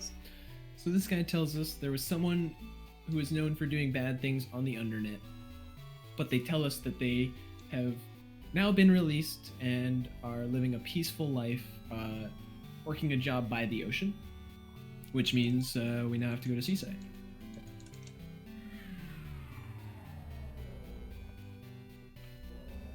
Luckily, you've taken no wrong lev buses this time. Not yet. One of the easiest mistakes to make is you either forget where to go or you miss menu and you take the wrong lev bus to the wrong place. And you will, as a result, need to wait out the entire lev bus animation. It's like 30 seconds or so, and then finally go to the correct place. Yep. So we now have talked to the bad person, who is actually that little, like, sort of waitress-looking lady.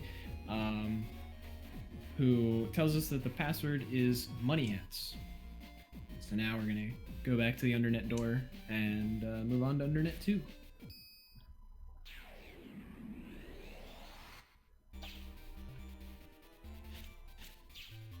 This is another one of those splits where like it's almost completely determined by how many encounters you got. So far I've gotten 1, which is not great to have at this point. You'd ideally have none. Well, I guess you'd ideally have none throughout the whole thing, but you could get up to like 10 or something. Yeah, there's a ridiculous amount you can theoretically get, even with optimal movement, but normally I've noticed that you ideally get like 2, maybe like 3? 2, 3 or something, yeah, on average. There you go. So now undernet 2 has the potential for an encounter skip using a glitch, which I'm not sure we'll get to show off yet, but we'll see if we can show it off. We can. Okay. Interesting. So this is what is known as the slipwalk glitch. By interacting with something at the same time that he uses the B button to slip walk or slip run, he enters what is known as a slipwalk state, where he's moving at regular run speed, but he's still in the slip run animation. And so what this does is, in the slip run animation, you cannot get any random encounters. So he can completely skip all random encounters. However, he has to be careful to not step on a warp while in this animation, because if he does, he will soft lock the game. He will not be able to put any inputs in, and the game will be completely just blocked. It's like over there I had to make sure I actually like do an actual slip into that portal rather than just walking into it, because if I had just like walked into it, I would have actually just soft locked. But that allowed him to actually skip an encounter that you pretty often get. One of the interesting things about this game is that you can do this by interacting with other NPCs, for example, other net navies or whatnot, or Mr. Progs. But in the English version, you can actually do this off of mystery data, such as blue mystery data, green mystery data, whatever. You can technically do it in the Japanese version, but doing it in the Japanese version actually will soft lock your game. For whatever reason, if you do the slipwalk glitch in the Japanese version and you acquire an item, the game will soft lock as well. So that's one of the major benefits of running the English version of this game over the Japanese version. And the advantage that the Japanese has is we know it has less text boxes. We just I don't think anyone like counted exactly how many less text boxes there are. Yes, no one has done the counting to determine, but Japanese is faster because of fewer text boxes, as it is in many other video games.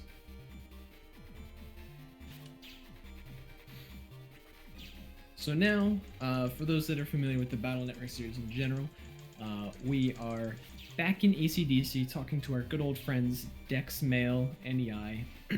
And so we're going to hang out with them both in the real world and then send our net navies into the internet to hang out on the internet as well. But we're going to run into Roll pretty early on, who is running into some trouble that we're going to help her out with real quick. Basically, she sent a Mr. Prog to get something for her, but the Prog has not come back yet.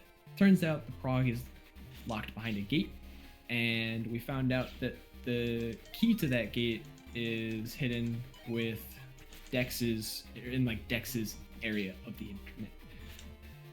So yeah, Dex and Mick apparently just the same person. We take the item from the Mr. Prog, deliver it to Roll. Turns out it was actually a gift for us that lets us go directly from ACDC area to center. Don't get any encounter. Okay. That's actually the optimal way to do it. Is it just like a chance at an encounter? I figured that out. You don't get an encounter doing that. Oh, okay. Oh, that's good to know. I figured that out eventually. I tasked that specific thing out. Don't ask why I tasked those random things, but every now and then. This is the place that people usually get soft locked on. They forget to dash here, but thankfully after you do it a few times, you just start to remember to not soft lock yourself. Yep. So because of how much movement we were doing in ACDC, oh my god, it's a gold mystery data. Wait, where? It was in the top left. I have to. I'm gonna get an encounter for it, but we have to. Did not 10 notice bug it. frags. It's worth So it. there's very, very, very low chance of what is known as a gold mystery data spawning. And if they spawn, they usually have really, really good rewards. For example, 10 bug frags is way more bug frags than you would get anywhere else. However, for the speedrun purposes, there's really no reason to ever pick up gold mystery data. But, you know, for the stream, you have to pick it up. You always have to pick it up. Yep.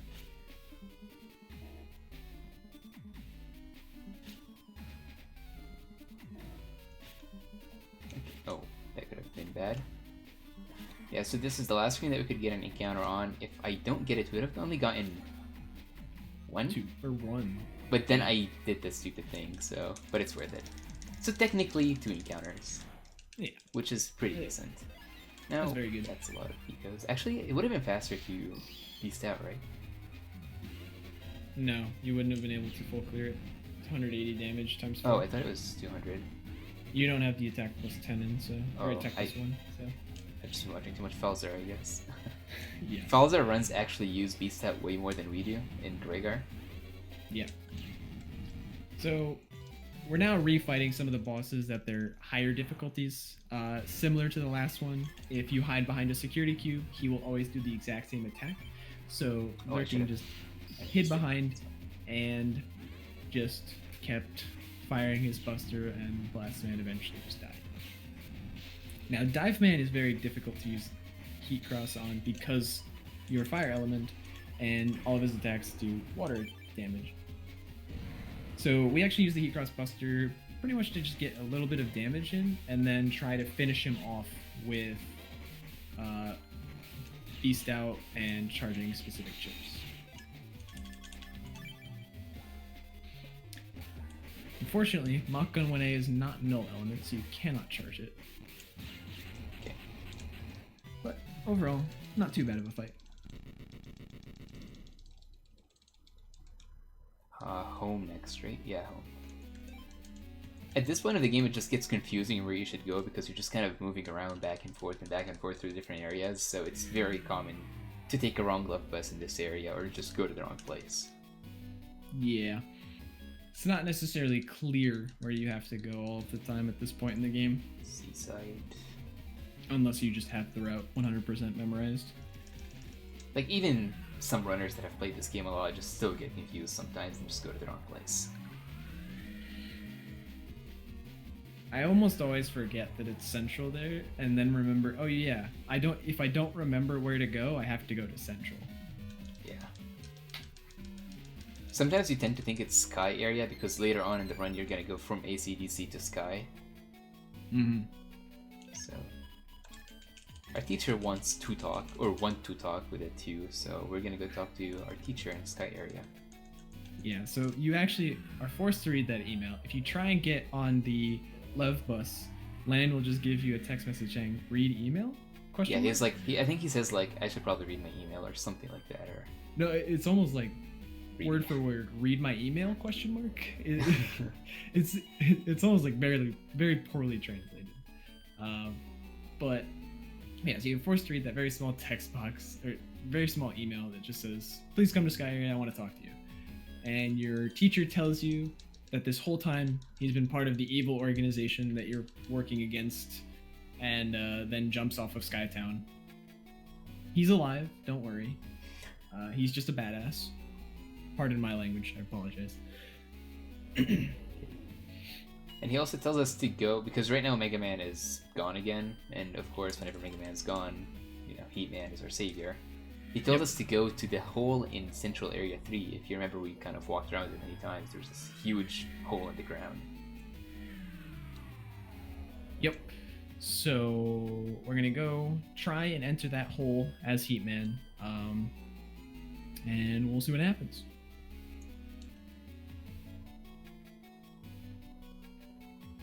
actually, for those that aren't aware, the Mega Man has currently been sort of kidnapped by the evil organization, which I'll just refer to it as World 3 because that's what it's called.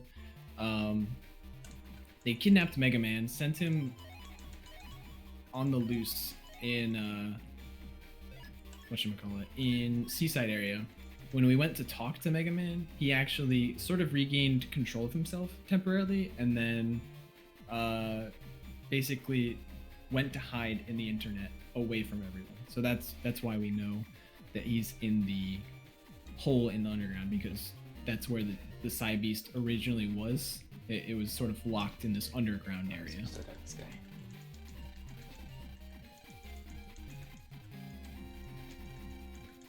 Yep, so we're told basically there's this barrier that protects the underground, so no Navis can jump in there except for Mega Man because he's super powerful.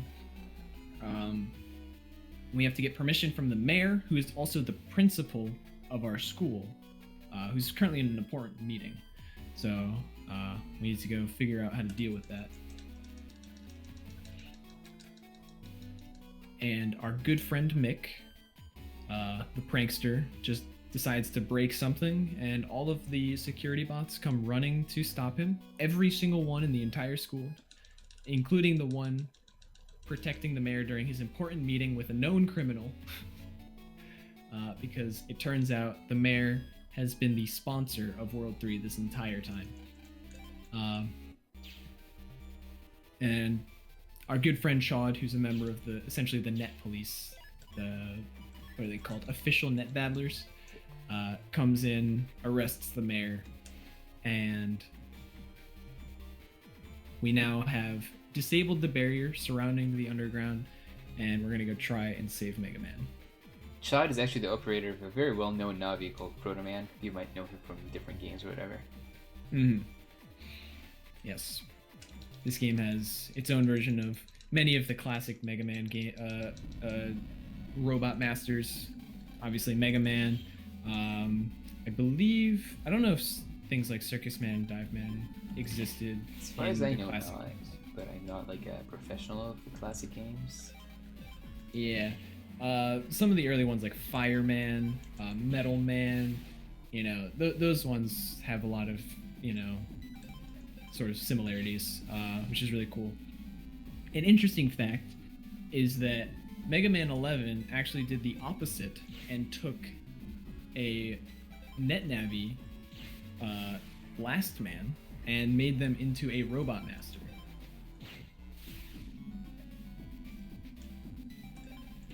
It's the only that's the only real instance of that occurring. So,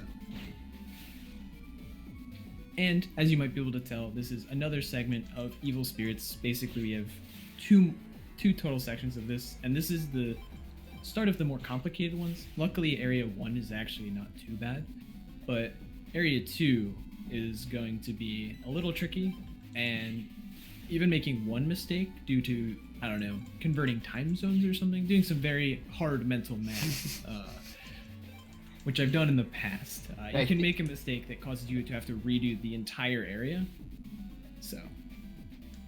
And I also remember you like multiplying two big numbers while doing it, and you actually did it right. Yeah, someone asked me once to multiply.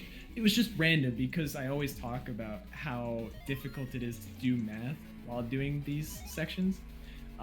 So someone asked me to multiply two numbers in my head while doing the section, and I was able to do it without making a mistake, and apparently I got the number right, so very proud of myself for that one.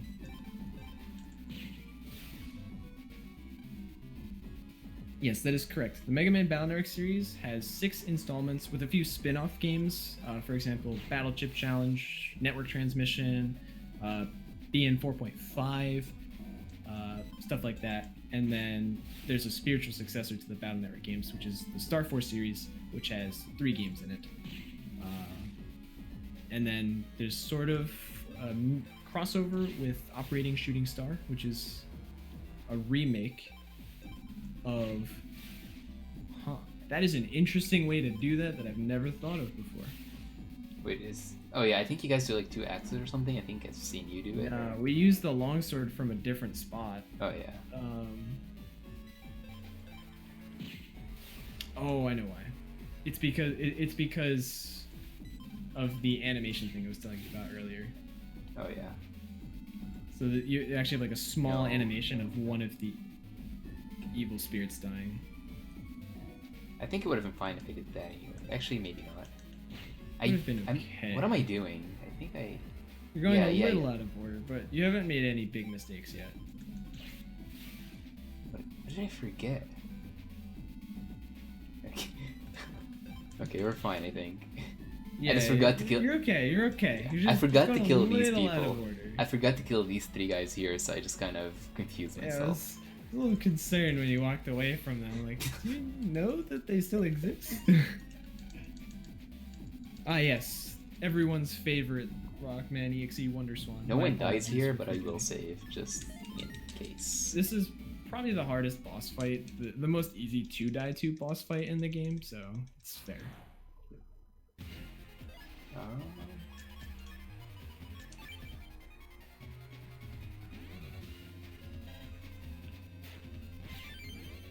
I'm sick.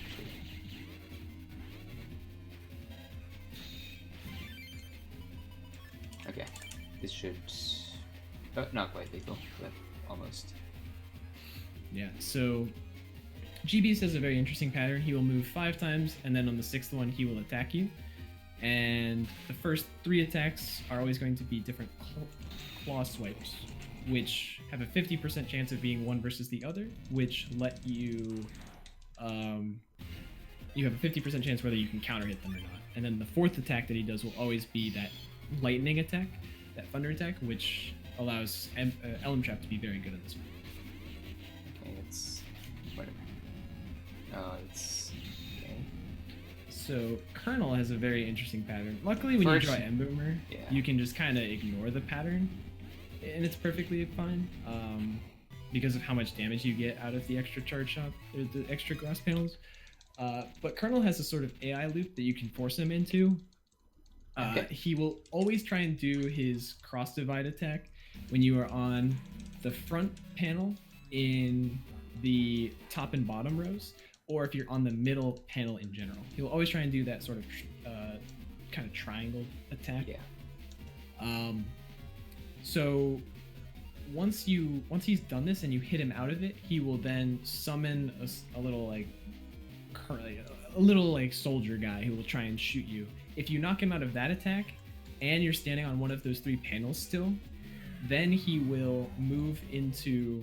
He will keep doing the cross divide attack over and over and over again, which is really easy because you just basically heat cross him and then move out of the way of the next one once he starts it up, and then heat cross him and just keep him into that pattern. Unfortunately, I wasn't able to show it off, but just drawing Emboomer just kills him, so... Yeah. But it's very funny to see him just stuck in an AI loop, just going back and forth, hitting the same attack. Exactly. And so now, we're going into the sort of part that is why the Pavilion Operator Navi does was important. Basically, we're being told that we're getting exclusive access to the Pavilion early, so we're inviting... Or, no, not yet. Wait, I'm ahead of myself. Excuse me. Basically, we're at school one day, and World 3 people come and attack us to try and get to our friend Iris, who then shows up to save the day and is kidnapped as such. So...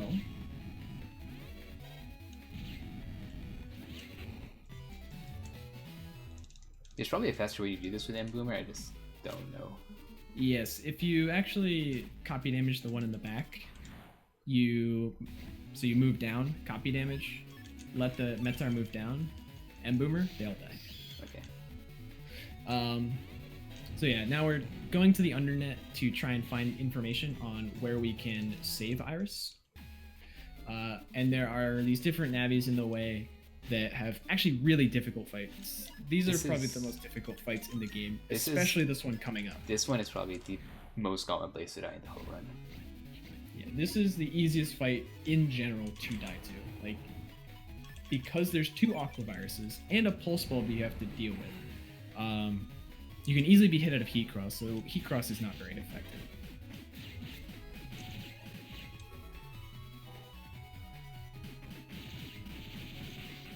And so, yeah, beasting out is typically safer. There's a very interesting strat you can do that involves counter hitting at first, but it's pretty difficult to pull off. And so that's actually why he bought the full energies earlier, is so he can be full heal after this for safety purposes and continue on with the gauntlet.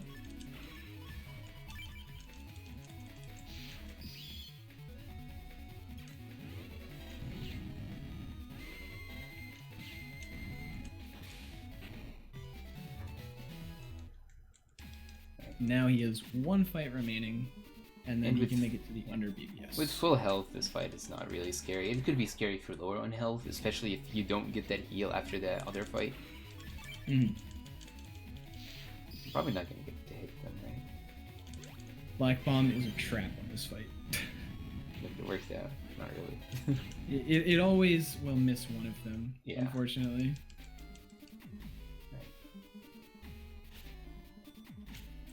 And so now we can read 1 BBS at the top. Not that one. Yeah. That tells us where the World 3 people are. Basically says they're at Skytown, so now we just have to go to Skytown, and there we are. Believe also that is the last love bus of the game. We did it. Did not take so wrong love no bus. wrong love buses. Well done, well done.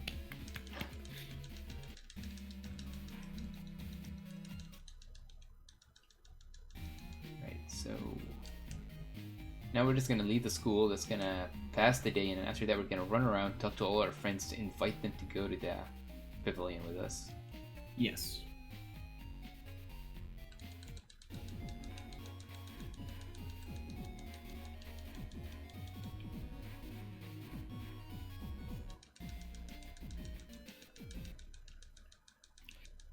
Yes, so in terms of speedrunning, as I said earlier, the Gregar version is faster because the heat cross scenario in general is just faster than doing the spout cross forced scenario.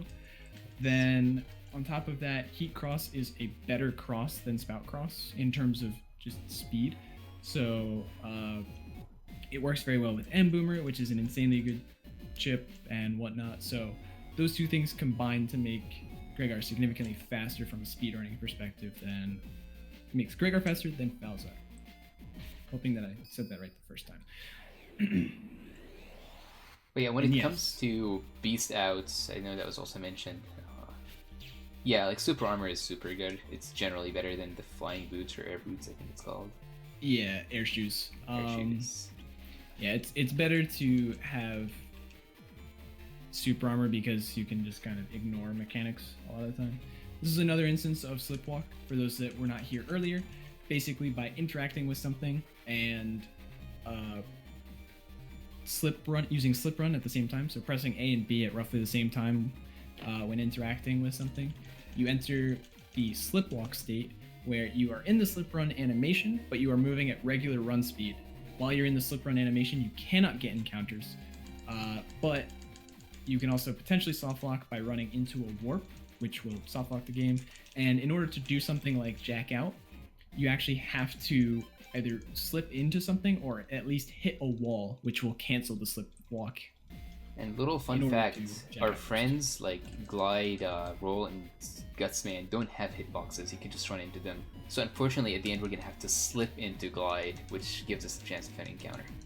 Yes, you have to slip into Glide in order to be able to jack out afterwards, and then you can potentially get an encounter when you hit the wall, because that's typically how slip run works. Is once you've hit a wall, you exit the slip run animation, and you are therefore able to, it does an encounter check right there. And this is the best music. It's the 7-second loop, or 8 seconds, I think, something like that. Yes, also a friendly reminder that no one in the entire history of speedrunning Mega Man Battle Network 6 has ever intentional or unintentionally soft locked the game while doing the slip walk animation. Absolutely no one ever.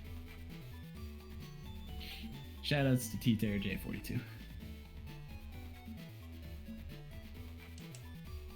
Yes, Falzar is also much less common of a speedrun, mostly because it's slower. But there's a few people. There's one person in particular who's just basically a trooper when it comes to Falzar, and a couple people are. There's one person in particular who's now picked up Falzar as a run, and also a couple others I think that were considering trying out Falzar. I mean, I feel like I might eventually do it, but yeah, right now there's only basically 2 active runners of Falzar, while like 1 or something or 0 this one, I guess, as of right now. Gregar was really active a few months back, but that's sort of fallen off. It's just the thing about running a game like this where people usually run it in waves.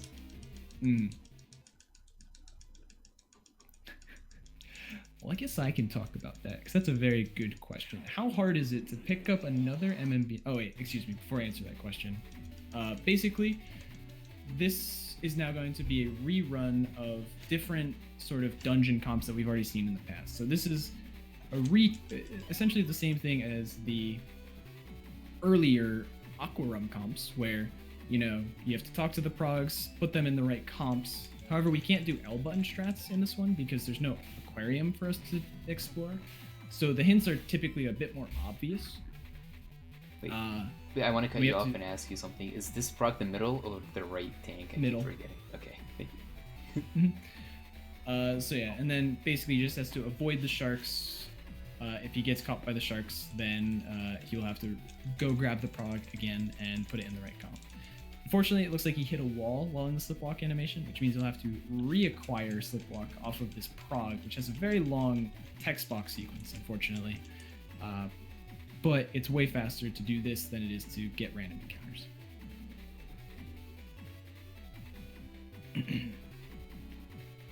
Another thing that we mentioned about the differences in versions, we said that JP cannot use battle mystery datas, so they have to talk to that prog.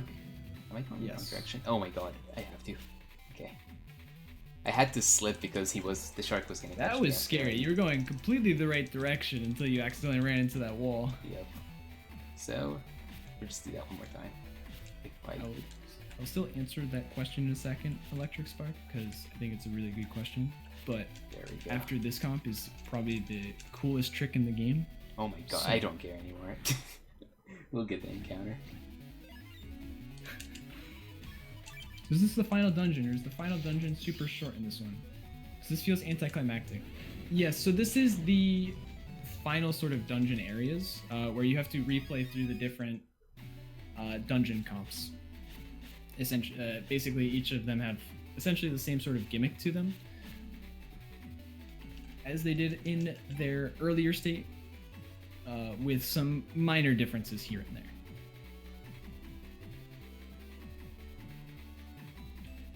At the end of most of them, you also have to refight the boss that you would typically fight at the end of the comps.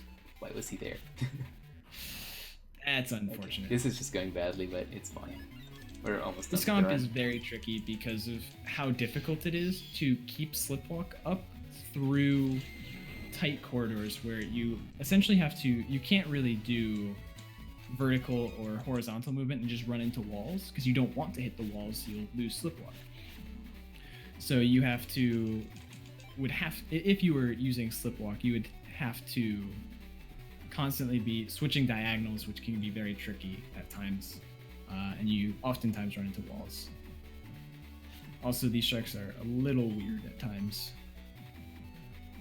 I mean, that last one was just me being greedy, thinking I could slip past the sharks, but his position was a little different than what I'm used to, just because my speed was different since I had to bonk. Yeah, because you're using slip run, your position is way different. Yeah. Alright. Coming up is the coolest trick in the game, also probably the hardest part of the game, hardest trick in general, which is known as Gallop Skip. as you saw earlier in Judge Tree comps, we were able to sort of ignore the fact that the gavel spawned at very specific parts by stepping on a grass panel and then basically reaching the end before the gavel cards. However, we now have Slip Runner, so we're going to do this but on steroids. This is usually very well played to the Benny Hill theme song, by the way. I'm totally not nervous right now. Okay, this was the hardest part of it so far, so one more tricky part that could catch me. Oh, that wasn't even it. It's fine. So we're just gonna have to redo the whole trick since I got caught. Kind of unfortunate, but...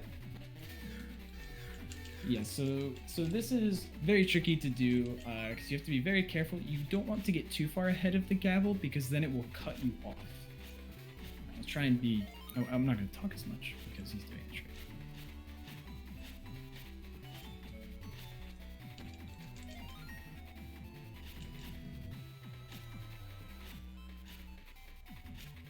Oh god. Okay. We're good, okay. Well done. Well done. So yeah, that's gavel skip. You have to be really cautious not to basically get too far ahead of the gavel, because then it can potentially cut you off. But you also don't want it to get too close, because if you turn, it will just immediately catch you. So you have to do things very cautiously while doing gavel skip. But because you can't get encounters during the gavel, that actually saves approximately 20 seconds if you get it first try. And we should also mention that those areas have very weird corners that are implemented so you don't accidentally walk into the wrong block, just because that's kind of, it kills the gimmick of the puzzle. So these corners can actually get very annoying where you just get stuck in them. Yeah, you kind of have to like slide off of different corners. It's very, very awkward. And so now this is a repeat of the Mr. Weather comps. Basically, just has to pick up the rainbow macaroni and then, circle the typhoons with Skittles in order to delete them and set the weather back to normal. One of the key things about this comp, you'll notice he's actually not slipping too much. There's 2 places where he can slip. Also a very good safety save. You can get an encounter in this comp, which has a virus that is literally impossible for us to delete. It is known as the Nightmare Virus, and you cannot delete it because it can only be damaged with sword chips. We have taken all swords out at this point in the game because we don't need swords. They're actually just bad except for, that particular virus. So if you see that virus, you have to try and run away. However, this game has a very weird glitch where if you fail to run away twice, the third one is supposed to be a 100% chance to succeed. However, in this comp, we have a 25% run chance on the first run.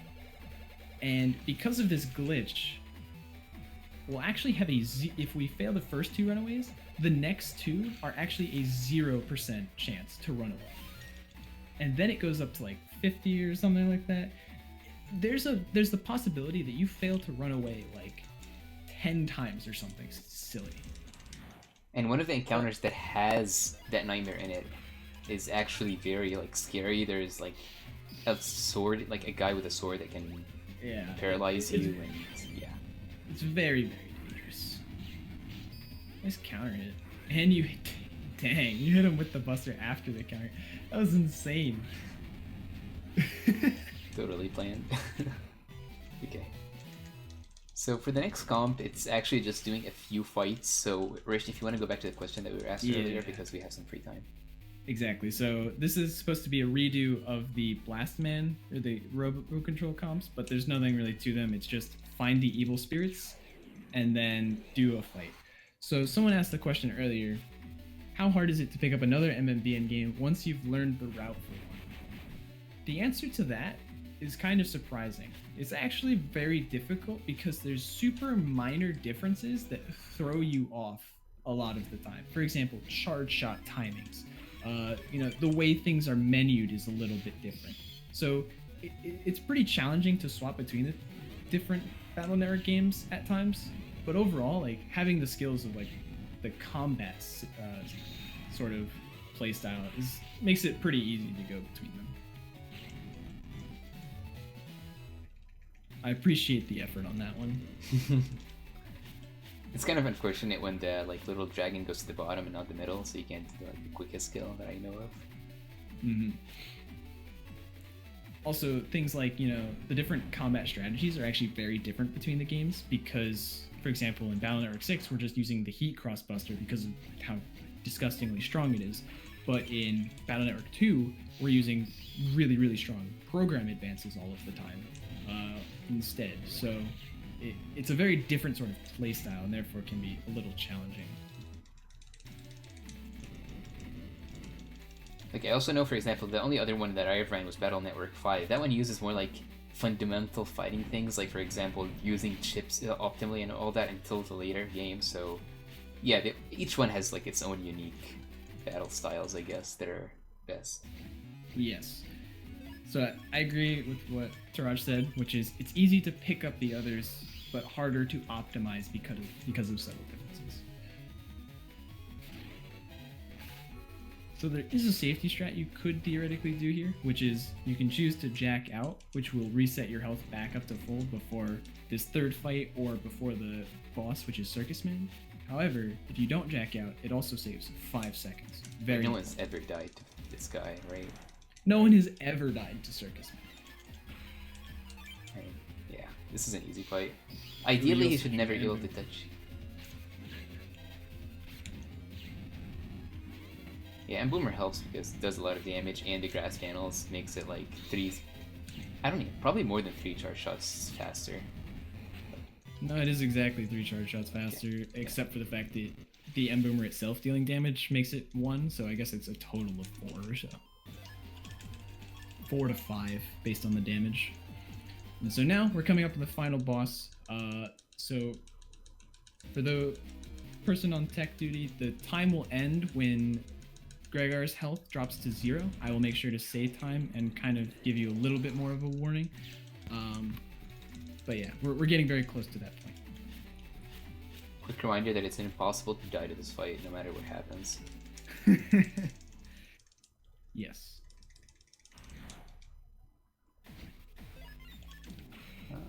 Okay, I'll take this. So the main idea behind Gregar is that we'll actually use the combination of the 2 transformation systems. We will use Heat Cross at first, and then we will beast out to be in Heat Beast, where we can charge our chips in order to deal 200 damage in a sort of cone. Good choice, good choice.